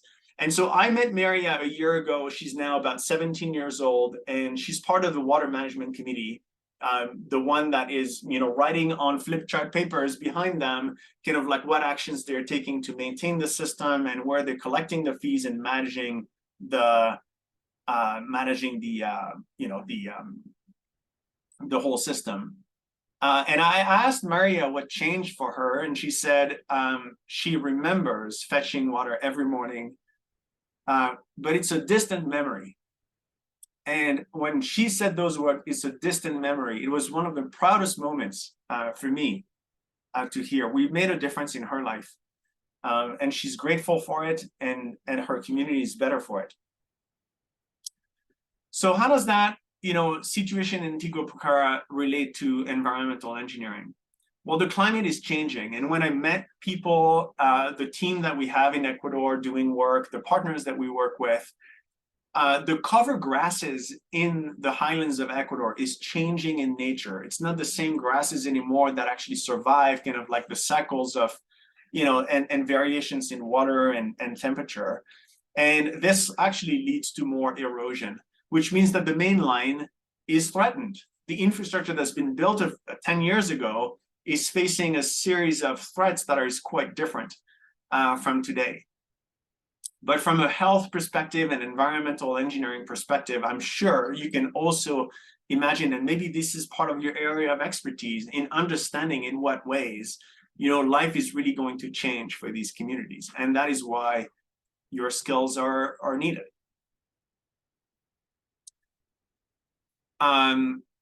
We can go to the next slide. On September 25th of 2015, something really special happened in the world. 193 United Nations member states unanimously adopted and ratified the Sustainable Development Goals. Those goals are the most ambitious, positive, and comprehensive plan that humanity has ever created. A momentous agenda. And the UN Secretary General Ban Ki-moon at the time said, the new agenda is a promise by leaders of all people everywhere. It is a universal, integrated, and transformative vision for a better world.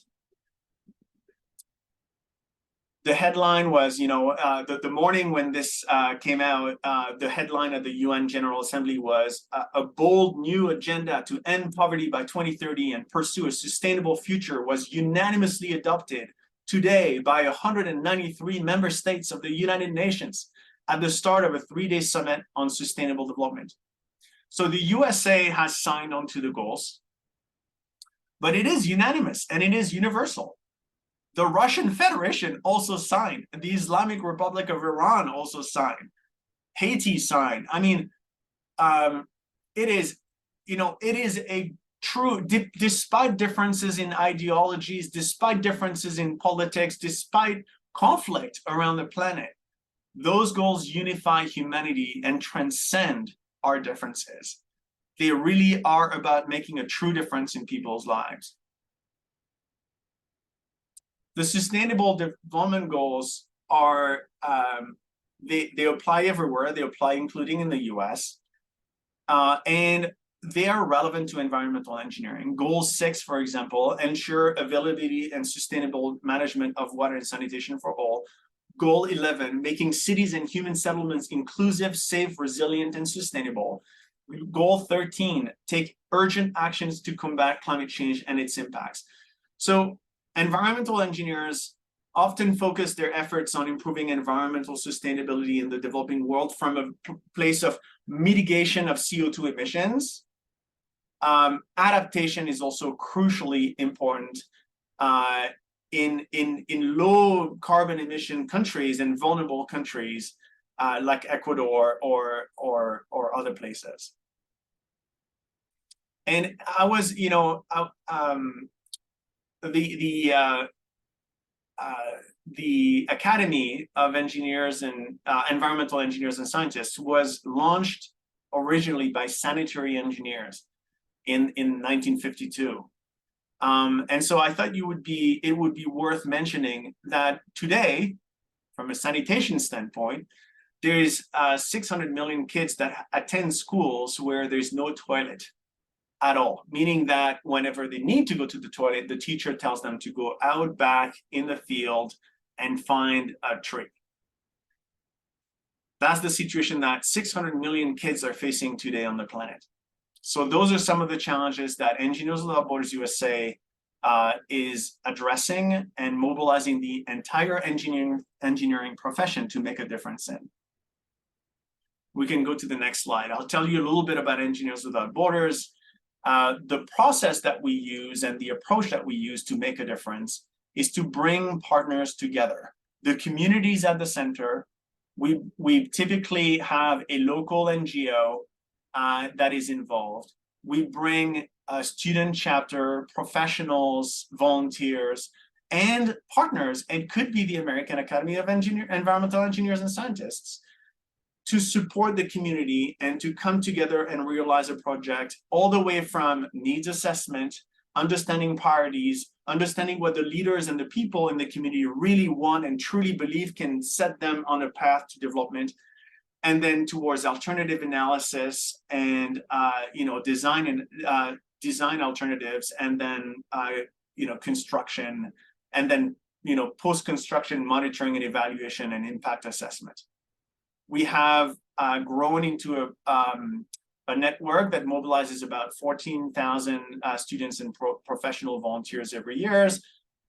We have 35 countries, and we're supported by corporate partners, but also member associations that really have volunteers who want to be involved and make a difference with their time and their skills. And on the next slide, we have 22 years of experience doing community level projects, what we call community engineering. We've delivered more than 1,000 projects. 70 in the current state of our portfolio of activities, about 70% of our projects are international and 30% are happening here in the US, supporting communities, for example, accessing the critical infrastructure they need for clean water. We have built over time, because we know it's hard to build lasting infrastructure in challenging environments and low resource environments, a pretty robust monitoring and learning system that allows us to evaluate and understand the key determinants of survival of the infrastructure over long periods of time, 10, 20 years. This is something we pride ourselves in. And that brings me to, I think, my last slide, that there is today about 150 projects that are unassigned yet, that communities have reached out to us and say, hey, we would love to be, much like Tingo Pukara did 10 years ago, that said, we would love to have a team of your volunteers come and be part of our journey towards development. We are every time looking for funders, looking for donors, and looking for volunteers with skills for us to say yes to these communities. So thank you for considering. There's a link there if you'd like to volunteer. We're with open arms. Thank you. Thank you very much. Thank you, Boris. We appreciate that. We're going to bring Fernando back. You're here, Fernando. Yes? Got you. Thank you so much, Dr. Barton. I'll encourage everybody, if there are any questions, please drop them in the chat. We have an opportunity here to have some more discussion. I wanted to start off the discussion by saying that when I was at the University of Houston, there was an Engineers Without Borders chapter, and I very much remember them. They were a lot of the people that were in that, that they were a part of EWB at U of H, were a lot of close friends of mine, did a lot of great work with like some of the projects that are realistically, they're hands-on, they're practical projects. They're not things that that one would say, you're just putting it on paper and not seeing it actually executed. Dr. Martin, can you speak a little bit on that? When have students ever been able to come back and tell you that the benefit of actually applying the work, doing the work, instead of just, hypothesizing it or thinking about it, what type of value does that bring, and what type of feedback have you gotten from that experience? Yeah, thanks, Fernando. Tremendous positive feedback on the student experience, and we pride ourselves in creating safe and quality-focused project infrastructure that allows for students to learn as they do, and for professionals to also be part of the process. And so Engineers Without Borders USA has that dual mission of building the talent of the future, like engineers that really understand what it takes to truly serve a community, while at the same time doing the work of serving those communities and having a true impact on critical and urgent issues of today. And my personal, take on this is that part of the learning is also learning to be accountable. So it is about learning, it is about the student journey, but we also hold ourselves and always hold ourselves accountable to the quality and the work that we're doing. So failure is not really an option, because behind that failure is a community that has expectations and has built hope and aspirations behind a project. And so we take very good care in supporting the chapters to make sure that they not only learn a lot, but also get the work done and do it well. And frankly, that's part of their level of accountability in delivering high quality project is part of the learning itself. Very well said, and I think that that's a great point to make, just in the overall experience of being a part of Engineers Without Borders, and yeah, just great work there. As we're waiting for some questions, I wanted actually to touch on some of the comments that were made earlier in your question that you asked about environmental engineers. There were a couple of comments that were made. I just wanted to share some of these. Well, actually, here's a question I'll address now. It says, as a student member of AAEES and of a small university EWB chapter, do you have any recommendations or words of wisdom for the student members of AAEES? Well, thanks for that question. Yes, I mean, in a humble way, I think when I look at you, Fernando, when I look at Dan, and I look at people who take leadership in associations around our country and who decide to vie for a professional membership, that is, in my view, a reflection of an ideal of what being a professional means, that is in complete alignment with realizing a personal mission of having a positive impact in the world through the career that you pursue. And so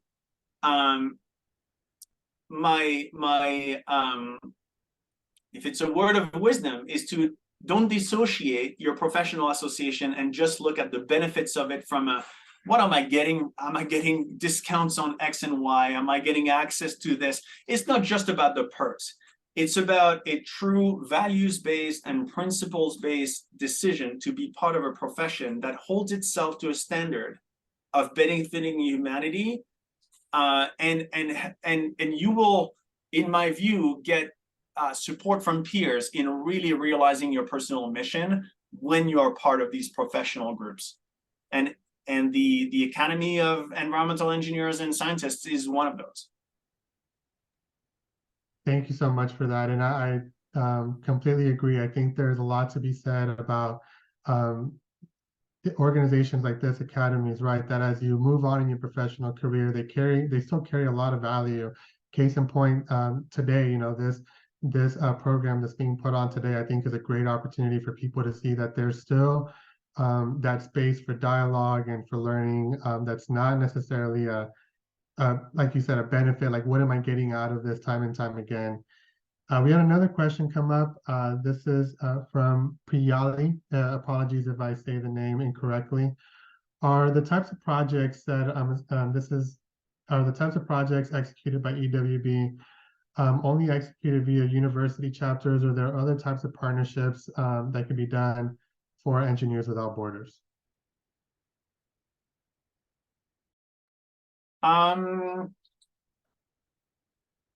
So there's like every time there's a project team being assembled, and we ask project teams to be connected to a chapter.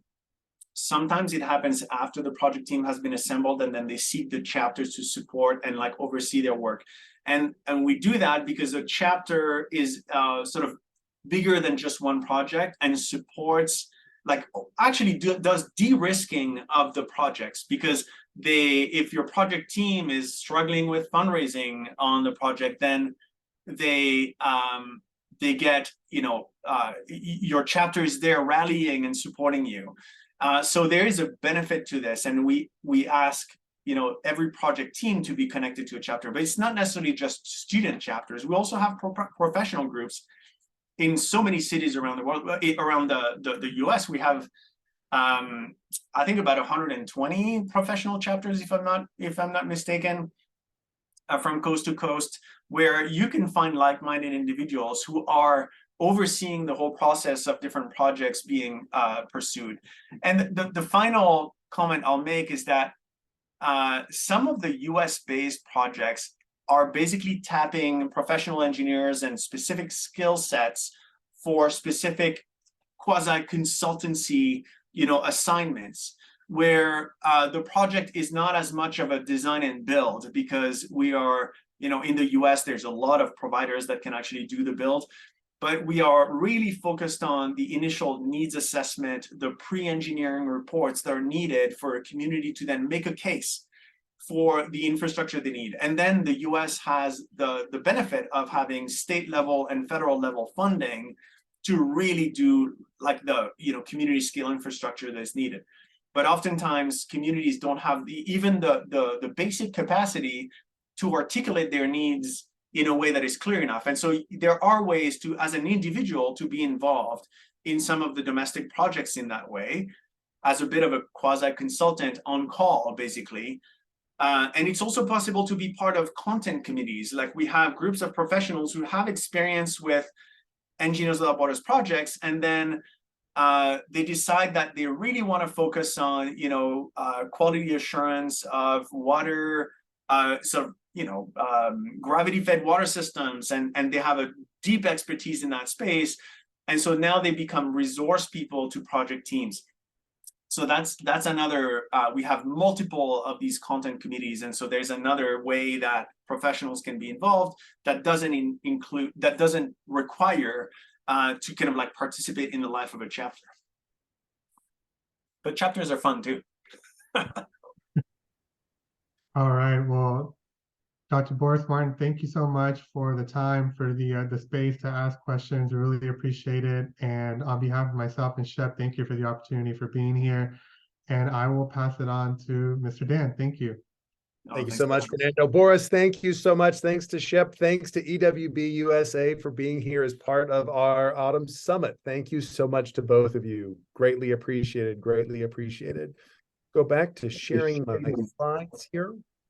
We're going to be moving on with our next. And so once again, my name is Dan Oerther. I'm the Executive Director of the American Academy of Environmental Engineers and Scientists. And as I begin, I'd like to say a special thank you to the patrons of the Academy. These are firms, these are utilities that financially support the activities of the Academy, including events like today. The next event that we're going to be talking about is a utility panel. We actually have two individuals that come from two of those patrons. We invite our patrons to engage with the Academy at all different levels. But in particular, for today's event, we invited patrons that wanted to speak to us a little bit about their experiences of what it is to engage with communities. So today we have Wendy Wirt, who's with the Los Angeles County Sanitation Districts. We also have Michael Parkowski, who's with the Delaware Solid Waste Authority. And so they're going to talk about this from two different media. We're thinking about sanitation districts and water. We're thinking about solid waste. But we're also talking about two different parts of the country, two different sides of the country. So Wendy and Michael, we appreciate you being here with us today. We're going to start with Wendy and then move on to Michael. So Wendy, I'm going to stop sharing my screen. I believe your plan is for you to share your screen, and we've got it going. Thank you, Wendy. Thank you so much, Dan, and thank you, everyone. This has been an amazing journey just so far. As we've seen today, community engagement means something different to everyone. I'm going to tell the story from one agency's perspective. The Los Angeles County Sanitation Districts was formed in 1923, so this is our 100th year of service. My opening slide shows our first water reclamation plant, and a lot has changed since then, but the need to respond to the people that we serve remains the same. Today, we're going to explore our past, our present, and our future through that lens of community engagement. So let's start at the beginning. In the 1920s, the population here in Los Angeles was exploding and infrastructure could not keep up. Raw sewage was washing up on beaches. So something clearly had to be done. And a few visionaries developed a regional approach to sanitation. Here you see our first chief engineer and general manager, Albert Kendall Warren. He adopted this unwritten policy, and we've heard this theme throughout, that adequate sewerage is the business of all citizens and public bodies. So I wanted to just go ahead and show you kind of our very first virtual tour. This is circa 1928. This is our first water reclamation plant. And in order to support water recycling, Mr. Warren brought California's wastewater utility leaders together with our water purveyors. And so 95 years later, we continue to work with these sister agencies to promote water reuse. So the most effective way that we can do this is to bring people into our facilities. So through community engagement, this regional approach to sanitation districts caught on. In 1928, we had one water reclamation plant. Today, we have 11 water reclamation plants. So the district started in response to a water quality need and then expanded to address air quality. So let's see that. Here in the 1940s in Los Angeles, people disposed of trash by burning it. This led to unhealthy air. So once again, something had to be done.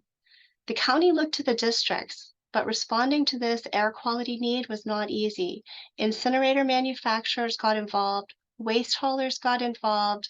So it took some while, but the act was amended and we were able to start managing solid waste. This began the era of the modern landfill. In response to community needs, these landfills now include environmental control systems and energy recovery facilities. Again, the regional approach caught on. Today, our solid waste management system handles about 15% of the county's needs. Managing both liquid and solid waste resulted in opportunities. So, as the environmental profession grew, so did the need for forums like today's, where we can collaborate. The Academy was founded to serve the public by elevating those standards of our profession, as we heard from Boris. Our founders recognized this need for a network of experts such as you gathered here today to help address these increasingly complex environmental challenges. So what challenges were they facing? Soon after the founding of the Academy, our nation again experienced population growth. That growth impacted the environment. At this time, Rachel Carson wrote the book Silent Spring, which made everyone aware of environmental issues. We had rivers that caught on fire and coastal areas that were drenched in oil. So everyone became aware of the need to protect our environment. Something clearly had to be done. So the federal government passed the Clean Water Act. And here you see Senator Muskie. He and his staff moved that act and got it passed, and it changed everything. It required all discharges to U.S. waters to be full secondary, and it was powerful and effective because it provided funding. You build it, we'll pay for it. We just want to make sure that we're protecting the waters of the United States.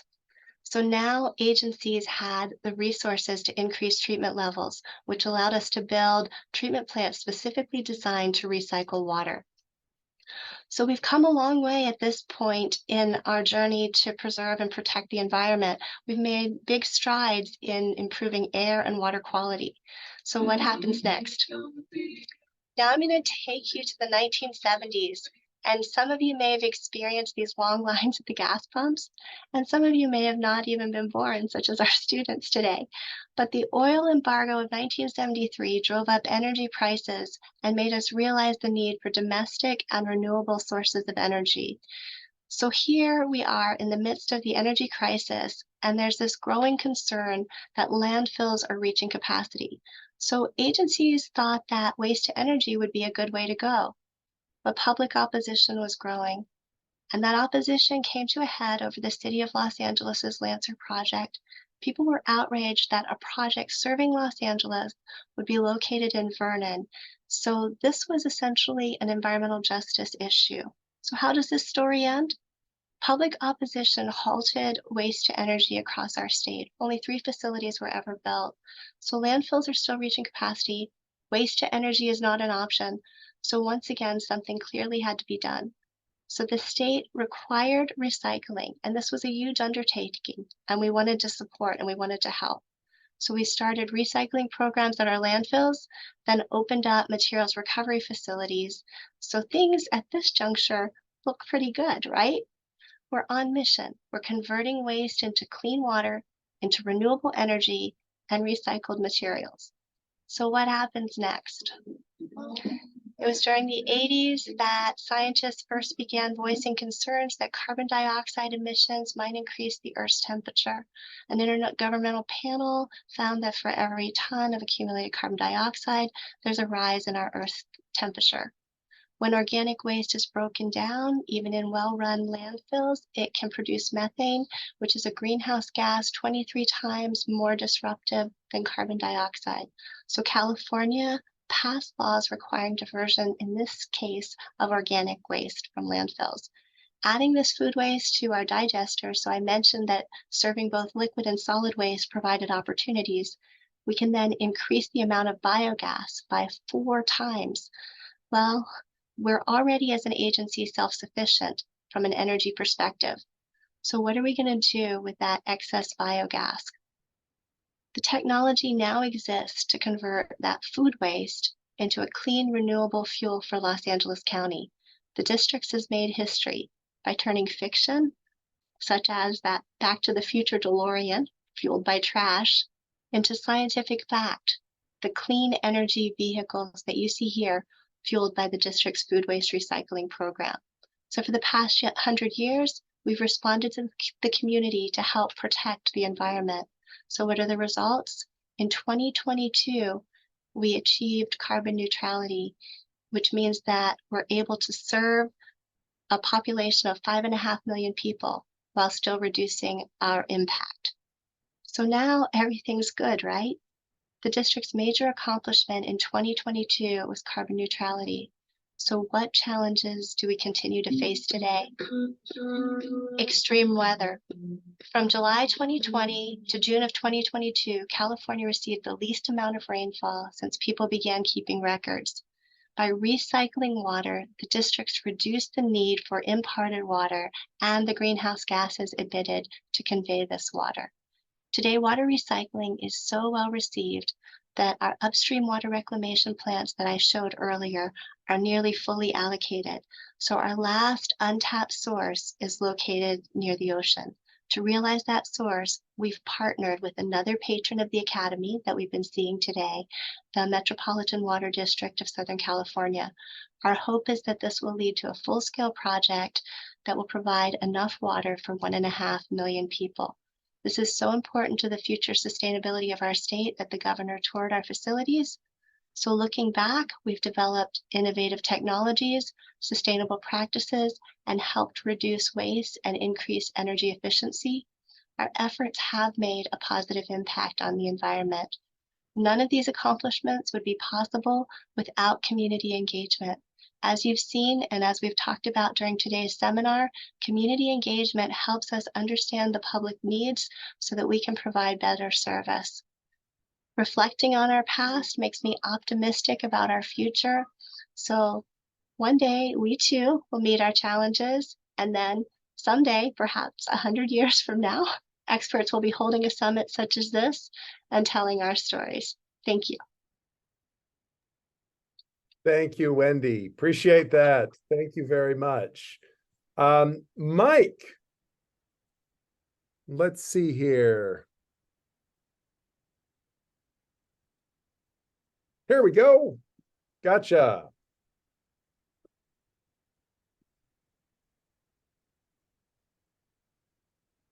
You with us, Mike? Is your internet acting up? Yeah, I'm not. Is my video on? No, sir, not There now. we go. Okay. There we go. Now we gotcha. Now we gotcha. Fantastic. Fantastic. All right. Yeah, so oh, you just went to mute. Now we gotcha. You're muted, but we got you at least. So here we go. I'll put you on the spotlight. okay. We got you, Mike. Thank you so much. Thank you. So I'm Mike Parkowski from Delaware Solid Waste Authority. I wanted to focus really on how Delaware Solid Waste Authority deals with the community in Delaware and the challenges of a statewide. If you don't know about Delaware Solid Waste Authority, we're a statewide authority. We run the 3 landfills and all the recycling programs for the state of Delaware. And even though we're a very small state, Delaware, like most places, is very diverse in the communities that it represents. So there's a very urban area with the city of Wilmington in Newcastle County in the northern part of the state. There's central Delaware, which is very suburban. And then there's Sussex County, which is in the southern part of the state, which is very rural, and then also has a beach community, which is transient, where there's a lot of people that it really grows in the summer. And there's a lot of people that are coming from other states to vacation there. So it's sometimes difficult to communicate with the public, especially when you have important messages around things like recycling and how to do it correctly and what are the best ways to educate your customers on how to recycle. And so, one of the things that we did at DSWA is we wanted to make sure we had a strong outreach and education program. And that really starts with our team of people that we have. We have 5 staff members who focus on community outreach and education. And we really thought that education needed to start at the really elementary level. And what I mean by that is we actually have two education centers, which are focused on really for school field trips. And the grade level we focus on is 2nd, 3rd, and 4th grade the most. Of course, we can accommodate all grades, but we felt like educating the young children is the best way to start their process. And we actually have programs that are designed for all levels of education, all the way to secondary into college. So our outreach and education team fields a lot of students from all the different elementary schools around the state. They come and visit our site, and we teach them about how to recycle. We teach them about what should and shouldn't be put in your recycling cart. We teach them about landfills and how they work. And for your organization of engineers, it's pretty. Sometimes I think it's obvious when you are in this field that, landfills serve a really important purpose and they protect the environment. But sometimes we get a lot of negative press that suggests otherwise, that landfills are a bad place, or that it's a negative impact on the community. And we really want to teach that that's not necessarily the case, that landfills actually do protect the environment and all the environmental benefits they provide. All our landfills have a line system where you put waste, it keeps it away from the environment. It also has the ability to collect gas and leachate and recycle that water and turn that gas into energy. All our gas plants produce electricity that can, provide energy to homes and businesses. So these are important aspects we must teach the public. And so our education program is crucial to that.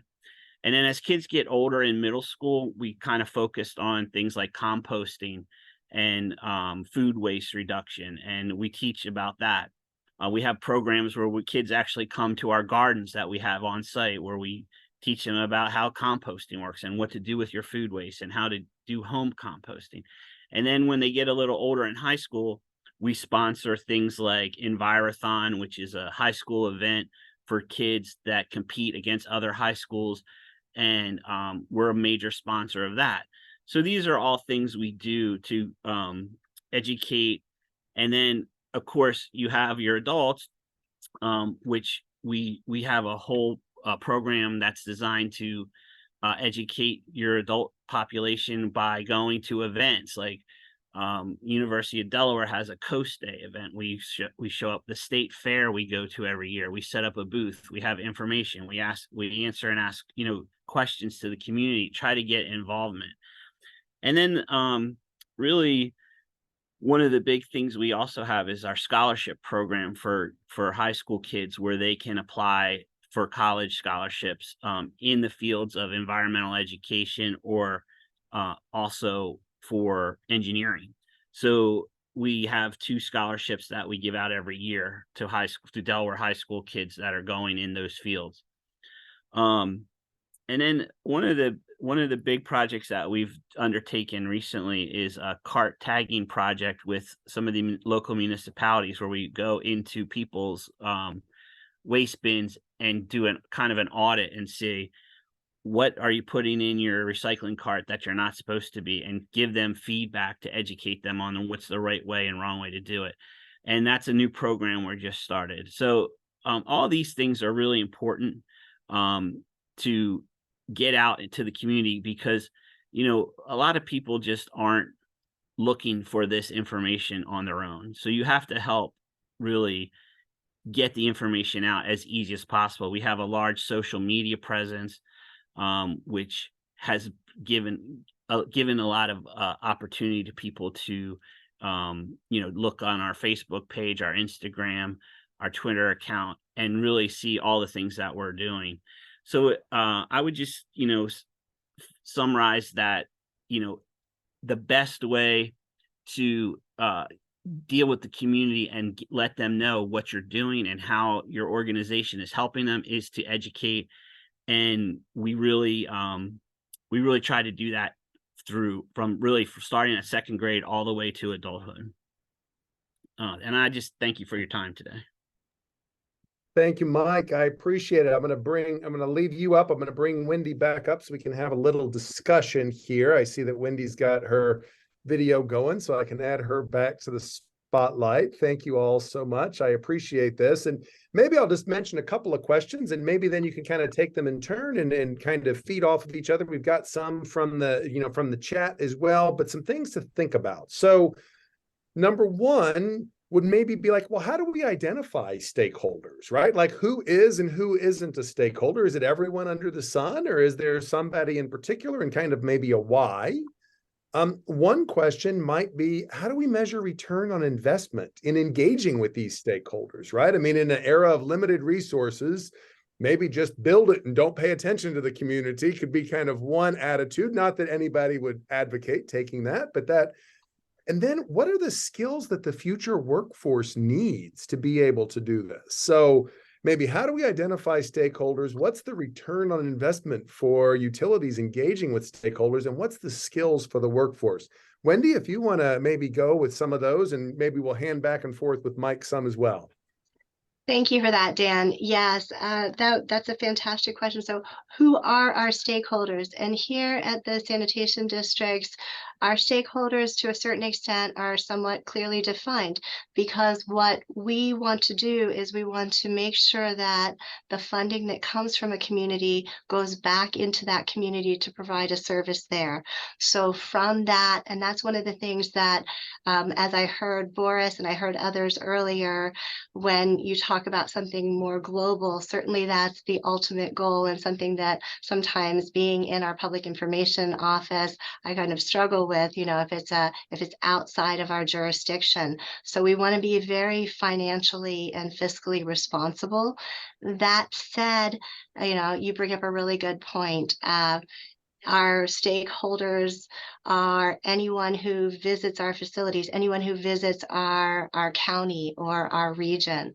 And then, as you mentioned, air does not have boundaries. So basically the entire globe can become a stakeholder. But as far as defining it very clearly, it's those who we serve are the ones who we need to provide that funding back to. So we need to be careful about providing service to those stakeholders. I didn't know if you wanted me to give that to Mike, or if you wanted me to continue with. Maybe we'll hand off to Mike, and he can amplify, and then kind of come in with the second one in terms of some ROIs. Or Mike, if you want to kind of riff off of that a little bit. Yeah, I think, for us, it's pretty simple because we're a statewide organization that deals with waste. And so, our stakeholders are basically every resident of Delaware, every business that's in Delaware, because, we all produce waste. And so that waste needs to be managed by us, and we need to communicate to them how that waste is managed so they understand how it works. And then also, in order to get the best results, you want to make sure they're doing things the correct way. And, I think the thing that people don't really think about much is when you're talking about education, I hear a lot of people go, well, you should really advertise this more. You should really advertise that. And I say, yeah, we do. But the thing is, like, when you're talking about advertising, everyone every day is involved in their lives. And we are inundated with ads at every level, whether we're on our phones, in the car, listening to the radio, watching TV at night. And so you're competing not only with, like, we're not competing against somebody else in the waste field because we're it, but we are competing with McDonald's and Progressive Insurance and everybody else that's out there that has a message. And, people have the capacity to retain information in little bits and pieces. And so when you have a complicated message like what should or shouldn't go in your recycling cart, that's a difficult thing to educate in short bursts. So that's why we're taking the long haul approach of education through actual classroom type situations where kids can come in and learn at a young age, and then continue that message for years and years and years. It's not a short, but you can't do it in a 30-second radio ad or a 30-second TV ad. It's just not possible. Well, how do you measure a return on investment with that kind of engagement? Is there a way to measure it, or is it a loss leader, as it were? We spend some money on public engagement because we know that it'll be good in the long term. How do you quantify something like that? Yeah, so we have some quantitative measures, like we do waste audits on recycling that come in to see, like, well, how much contamination is in the carts and has it gotten better or worse, and try to identify things that could be a cause for that. And, when we talk about like cart tagging in an area, and we go out and target an area that we know has heavy contamination, and then we see a reduction in the amount over so many months, we can say that education actually worked. But in the long run game, it is much harder when you're talking about educating kids in second grade and then measuring where they are when they graduate high school.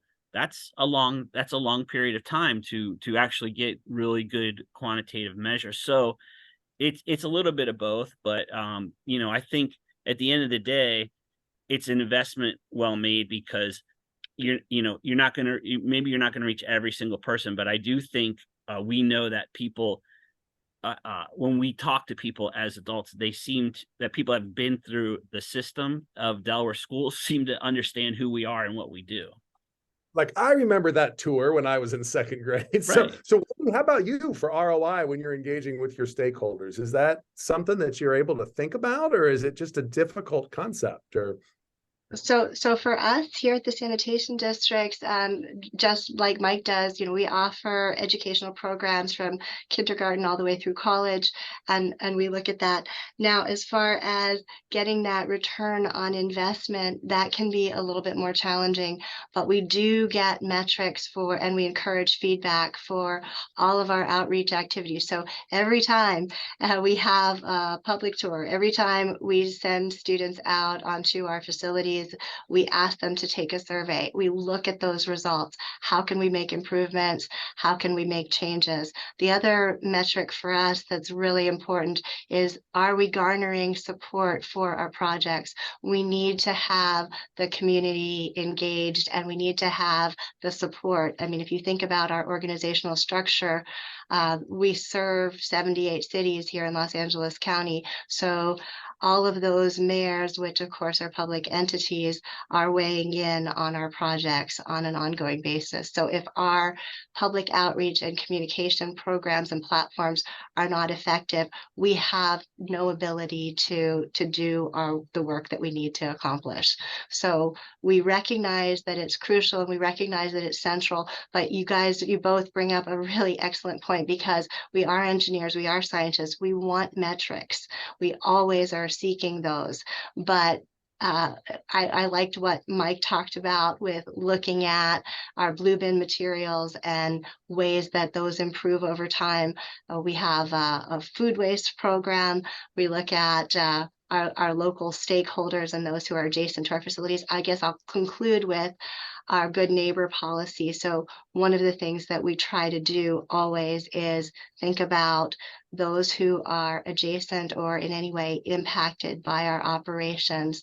Are we treating them? And sort of three things that have come up during today's discussion: trust, respect, and fairness.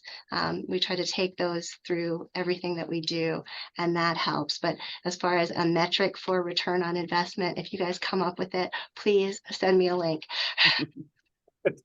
And then final one, I'll just ask you 1 minute. I know it's a thumbnail. We're rushing to get to the buzzer, right? But workforce, we've got some students on here. We've got faculty on here, right? So, showing them how to do Excel and calculate oxygen transfer in an aeration basin, or the traveling salesman problem to pick up waste. That's the technical stuff we know about, right? But we really engaged today with how do we get out into community. So what would be the take-home message you'd leave folks with in workforce development?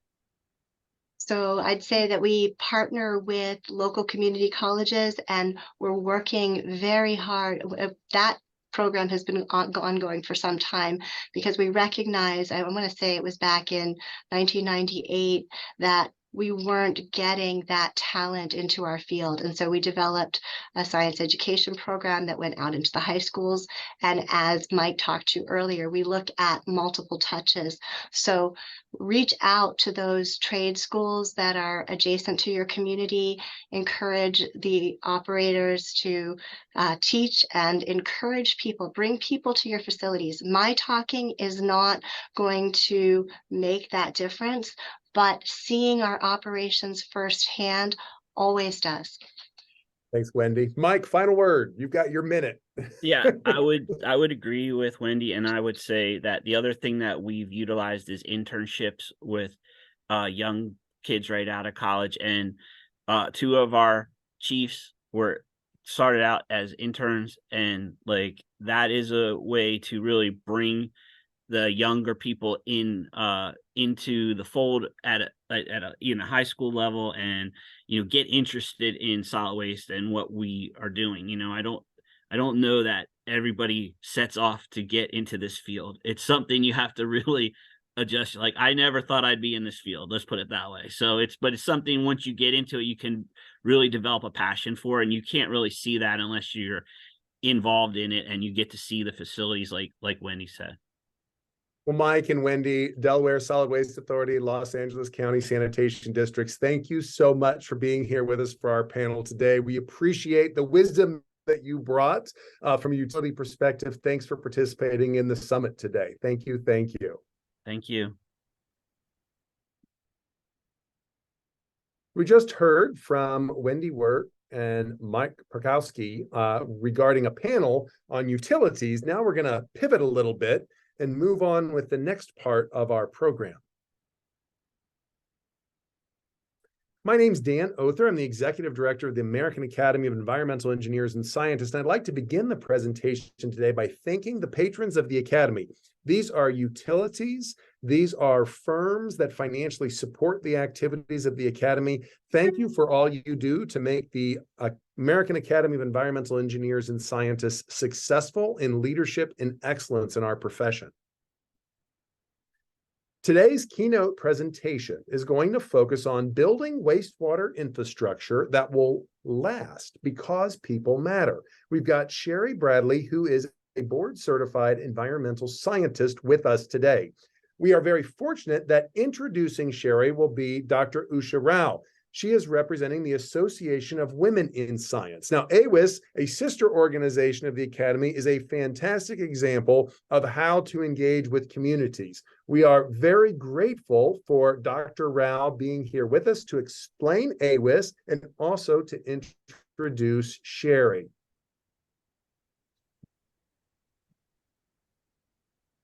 Thank you, Dan, and good afternoon, everybody. I'm a professor of environmental chemistry at St. Joseph's University in Philadelphia. My academic background is in geochemistry and in environmental engineering, and I serve on the National Task Force for the Association for Women in Science, or AAEES, as Dr. Oerther mentioned. AAEES was founded in 1971 to serve as a global network to advance women in STEM and to promote systemic organizational change. AAEES now has 49 active chapters and seeks to drive excellence in STEM by promoting the participation of talented women across all disciplines and all employment sectors of STEM. AAEES is a past winner of the American Presidential Award for Mentoring. It is my honor to introduce Ms. Sherry Bradley on behalf of AAEES. Sherry Bradley holds a master's in public administration from Auburn University and is the former director of the Bureau of Environmental Services with the Alabama Department of Public Health. For over 20 years, improper wastewater disposal in Lowndes County, Alabama, in the unincorporated areas, has raised local, national, and international concern.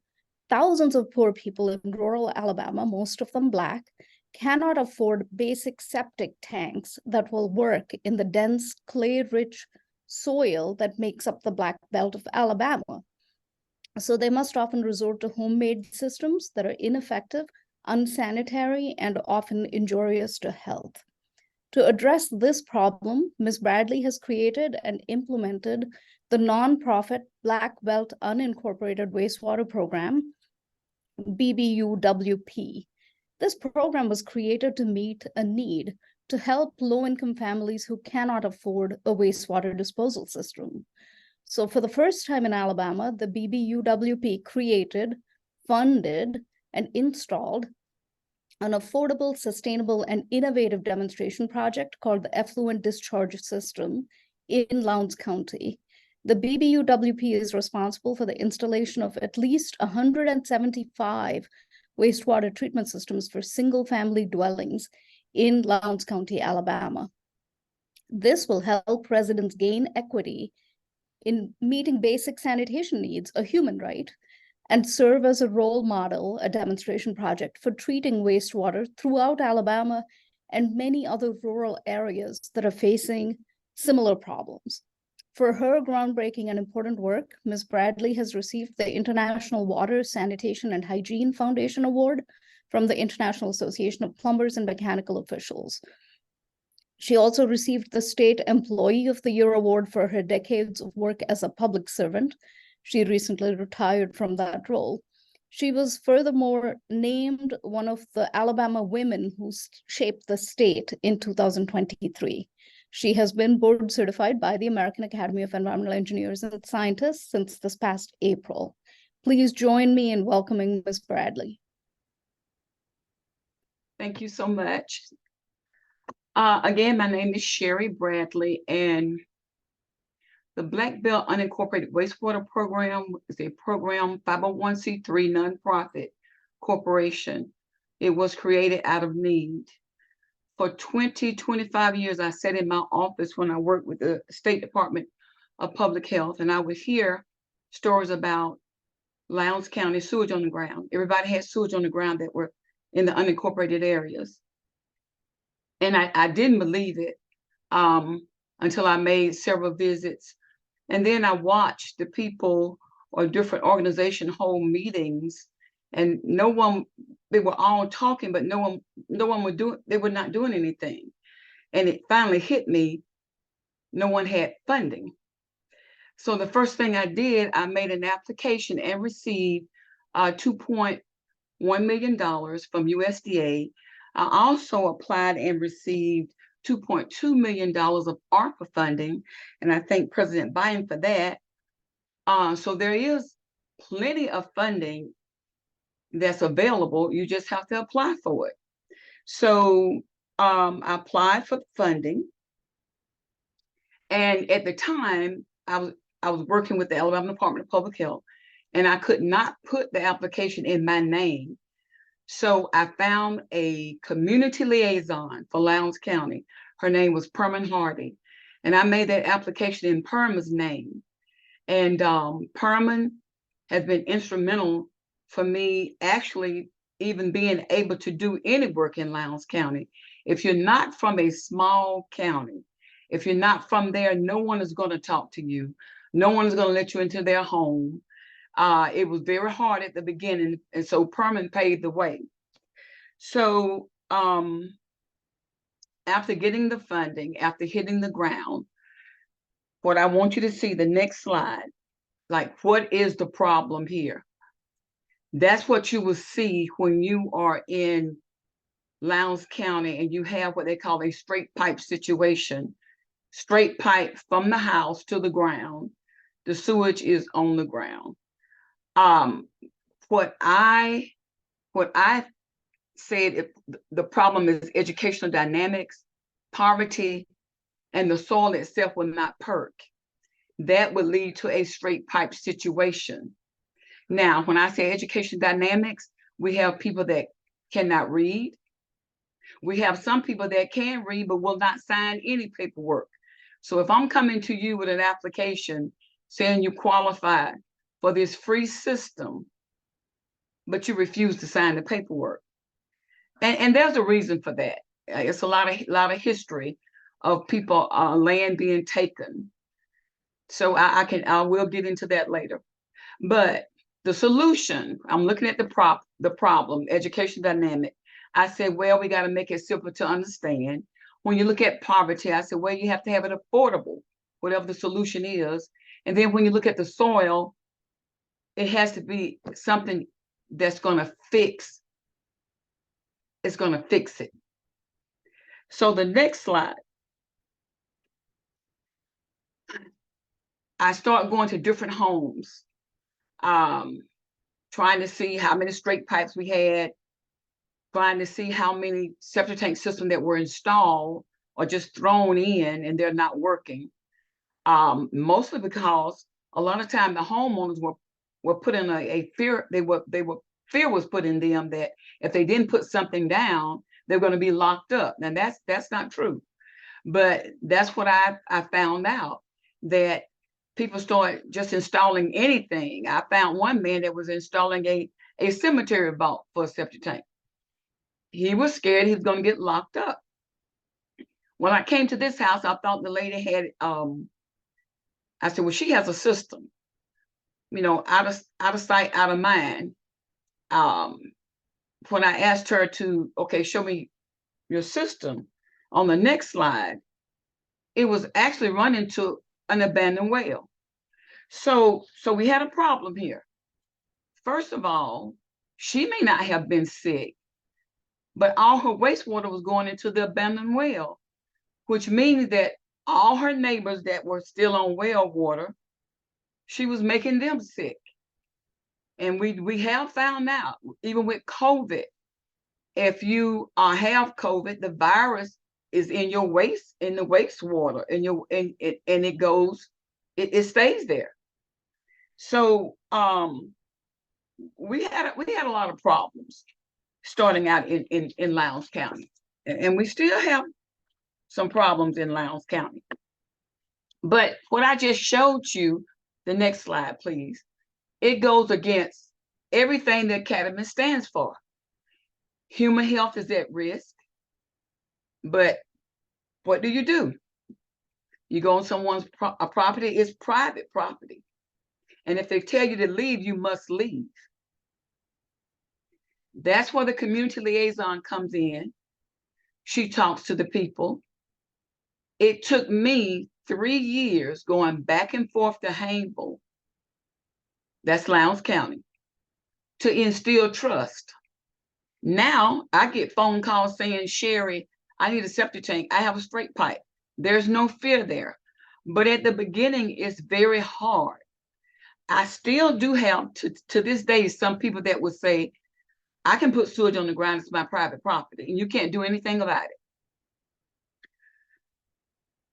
That's not true. But anyway, the environment is contaminated. The water table is contaminated. The environment, the ecosystem with all the straight pipes. I've had and seen house after house after house, everyone with a straight pipe running to a ditch to a stream to a lake. And it does disturb our ecosystem. So these straight pipes are a problem, but I also found out it wasn't a homeowner installing the straight pipes. So I went to the source. We know who were installing the straight pipes. We're working on that. So what is the solution? Next slide, please. I started with the children. The reason I started with the children is because I said earlier, for 20, 25 years, I sat in my office, I heard about sewage on the ground. Well, these same children were born there, they were raised there, they played in the yard, they all seen straight pipes, and they thought it was normal. The way we learn the kids, the children, what not to do, we had word games. They're working on a word game right now. We had puzzles. We had field trips. I mean, these kids can tell you now, what is a septic tank? How often do you pump it out? They know the information. They take it back to mom and dad. And it was so funny. We went to a site, and this lady's system was failing. And she made a statement. I asked her, I said, how often do you pump out your septic tank? She said, I never pumped it out. How long you been in the house? Over 30 years. Oh, those kids gave her a fit. They said, why haven't you pumped out this tank? So they knew the answer. But not only do we start with the children, next slide, please. Don't forget your colleges. We give tons of presentation to different colleges. We take them on field trips as well. We let them ask questions. We let them see firsthand what's going on, because when they graduate college, they can go out and they can make a difference. Another way to make a difference, I've already mentioned that it has to be simple enough for people to understand. I tell you now, the application for this program is very simple. Name, address, how many bedrooms in your home, a copy of your driver's license. If you don't drive, a copy of your ID. So everything that a person gets to get on this program is very simple. Next slide, please. Now, what am I using in Lowndes County as far as proper sewage treatment and disposal?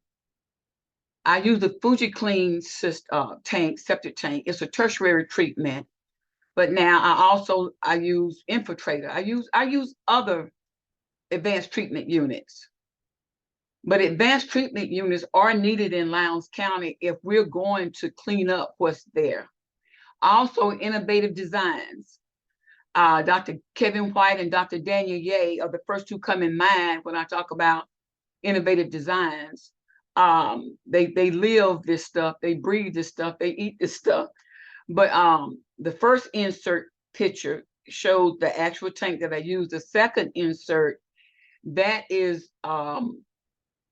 was taken in Alaska, where Dr. White and I traveled to Alaska to see what was being used there for proper sewage disposal, because they could not, because of the permafrost, they could not dig into the ground. So their effluent line came out on top of the ground. What came out from the tank was clear liquid.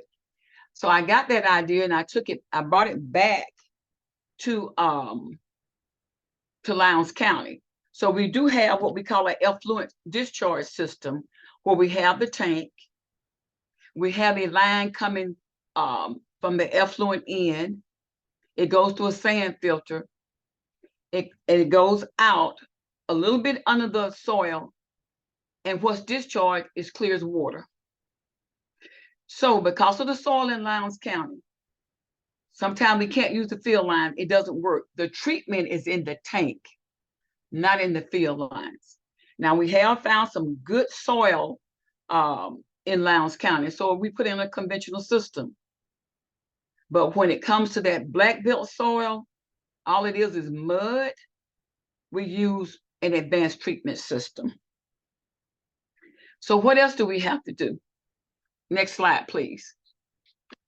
To get the word out about what we're doing and to make sure we don't miss anybody, we rely on volunteers.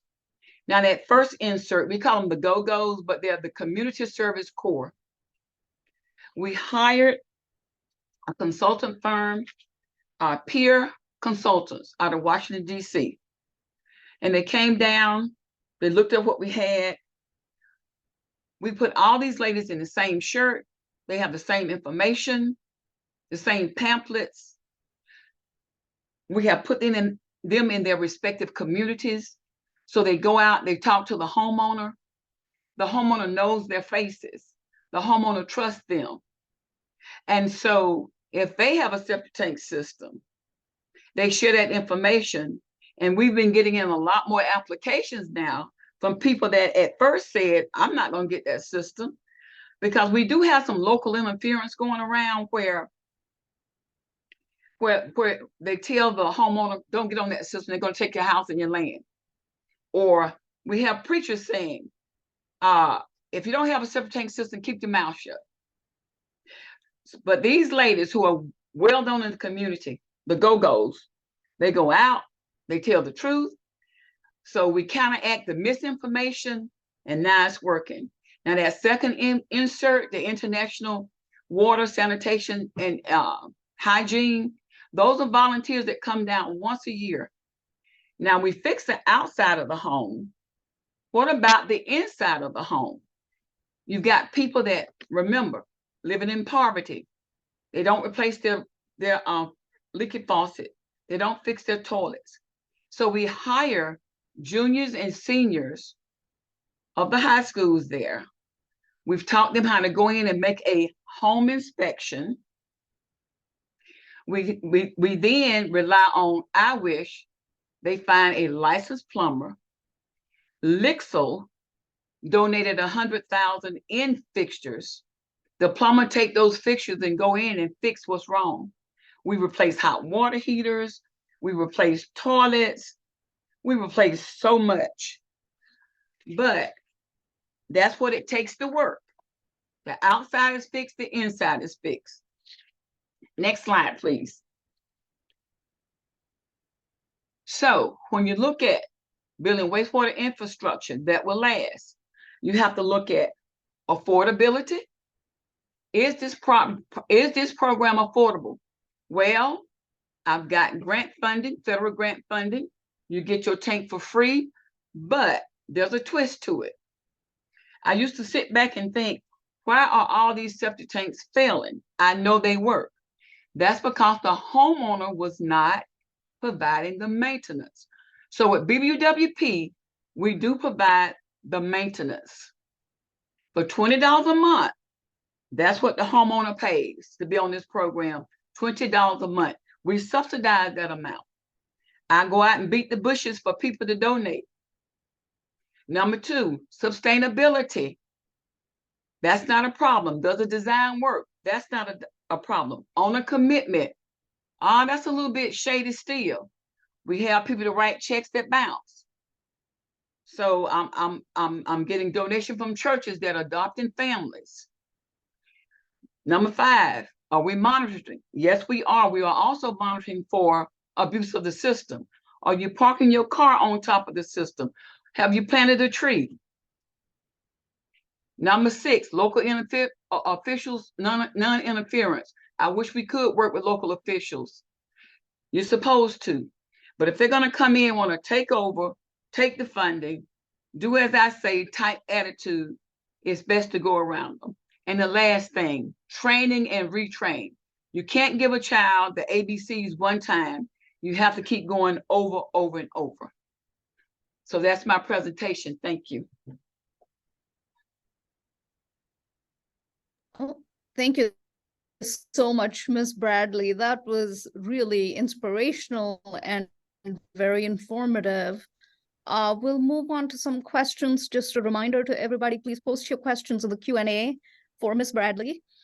So we have a question here. Does the Fuji Clean require energy for operation? And if so, how do you meet those energy needs? How does it work? When we put a effluent system down, the first thing that goes in front of it is what we call a trash tank. Then the Fuji Clean is put. Everything in it is by gravity. But we do put a pump tank if we have to put one to pump the sewage like uphill, what have you. But the Fuji Clean is by gravity. Great, thank you. I had a question. How do you decide which families will most benefit from your help? How do you select which households to work with? No, what we do, we put out the applications, we give presentations, we invite them to meetings. If they apply for the system, now, for example, the USDA funding, there's an income level. And they have to provide, one of the documentation they have to provide is their income level.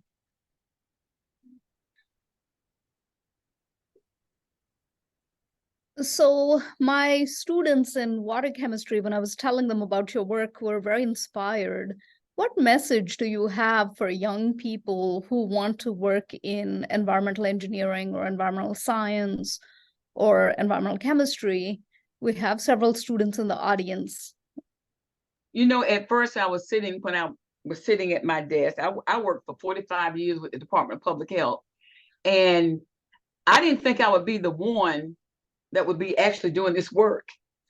I retired February 28th of this year. On March 1st, I came to work for BBWP. When the environment is inside you, you know. When it's nature, you know. That's all I can say is that you know. I know that this is where I belong. When there's a need, we step up to meet that need, right? So that's really wonderful. What have you learned from your experience doing this? What are the challenges? What are the take-home messages?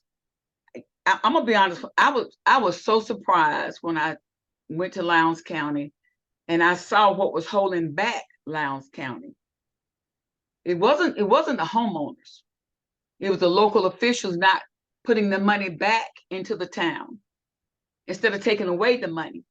And I said, I'm not gonna have it. So any funding we have, it goes to the homeowner. It goes to make Lowndes County better. I'm still, I still have roadblocks that every now and then I get thrown in front of me. But you just have to keep going. Keep going. That's it. We have another question here. I'm sorry, Dan. Another one there? No, go for it. There's another question.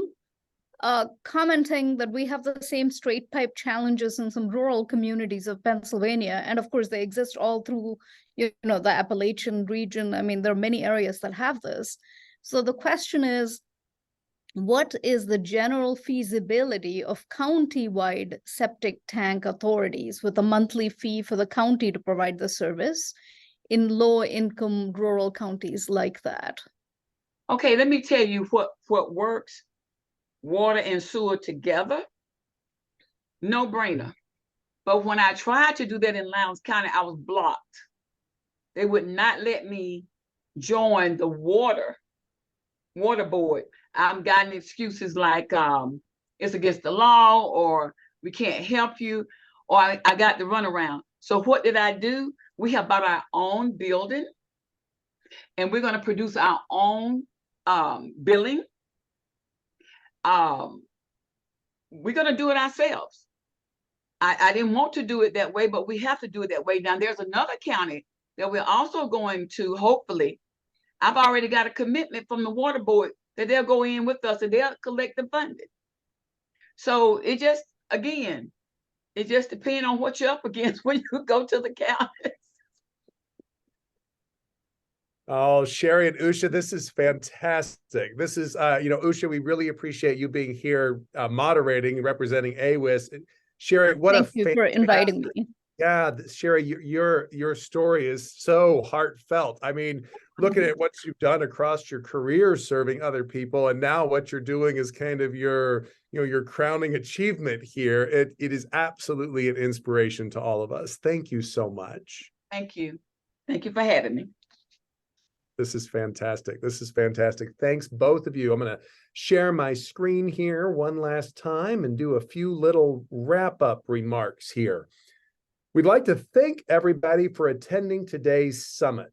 If you're looking for other events from the American Academy of Environmental Engineers and Scientists, check out our events page on our website at www.aaees.org events. If you're looking for PDH certificates, we'll be emailing those after the event. If you have any questions, and we did have people ask about access to slides or when is this recording posted, we do put our materials on our YouTube page. We will be asking the speakers for access to be able to post their slides. We often do, but in this case, we had some individuals that were associated with the government. We'll make sure that we get those cleared before we would post anything. But if you have any questions in particular, always feel free to email Marissa Waterman. That's mwaterman@aaees.org. She's happy to help you with membership questions. She's happy to help you with webinar questions. And of course, on behalf of the rest of the staff, Yolanda, Susanna, and myself, we are very grateful for you joining us. On behalf of the Academy leadership, President Dave Vicari, President-elect Wendy Wirt, Vice President David Chin, the remaining officers of the executive committee, including Rick Watson as the treasurer, the remaining trustees. Thank you so much for joining the 2023 Summit of the American Academy of Environmental Engineers and Scientists, Environmental Engineering and Science in a Community-Engaged Context. Thank you all.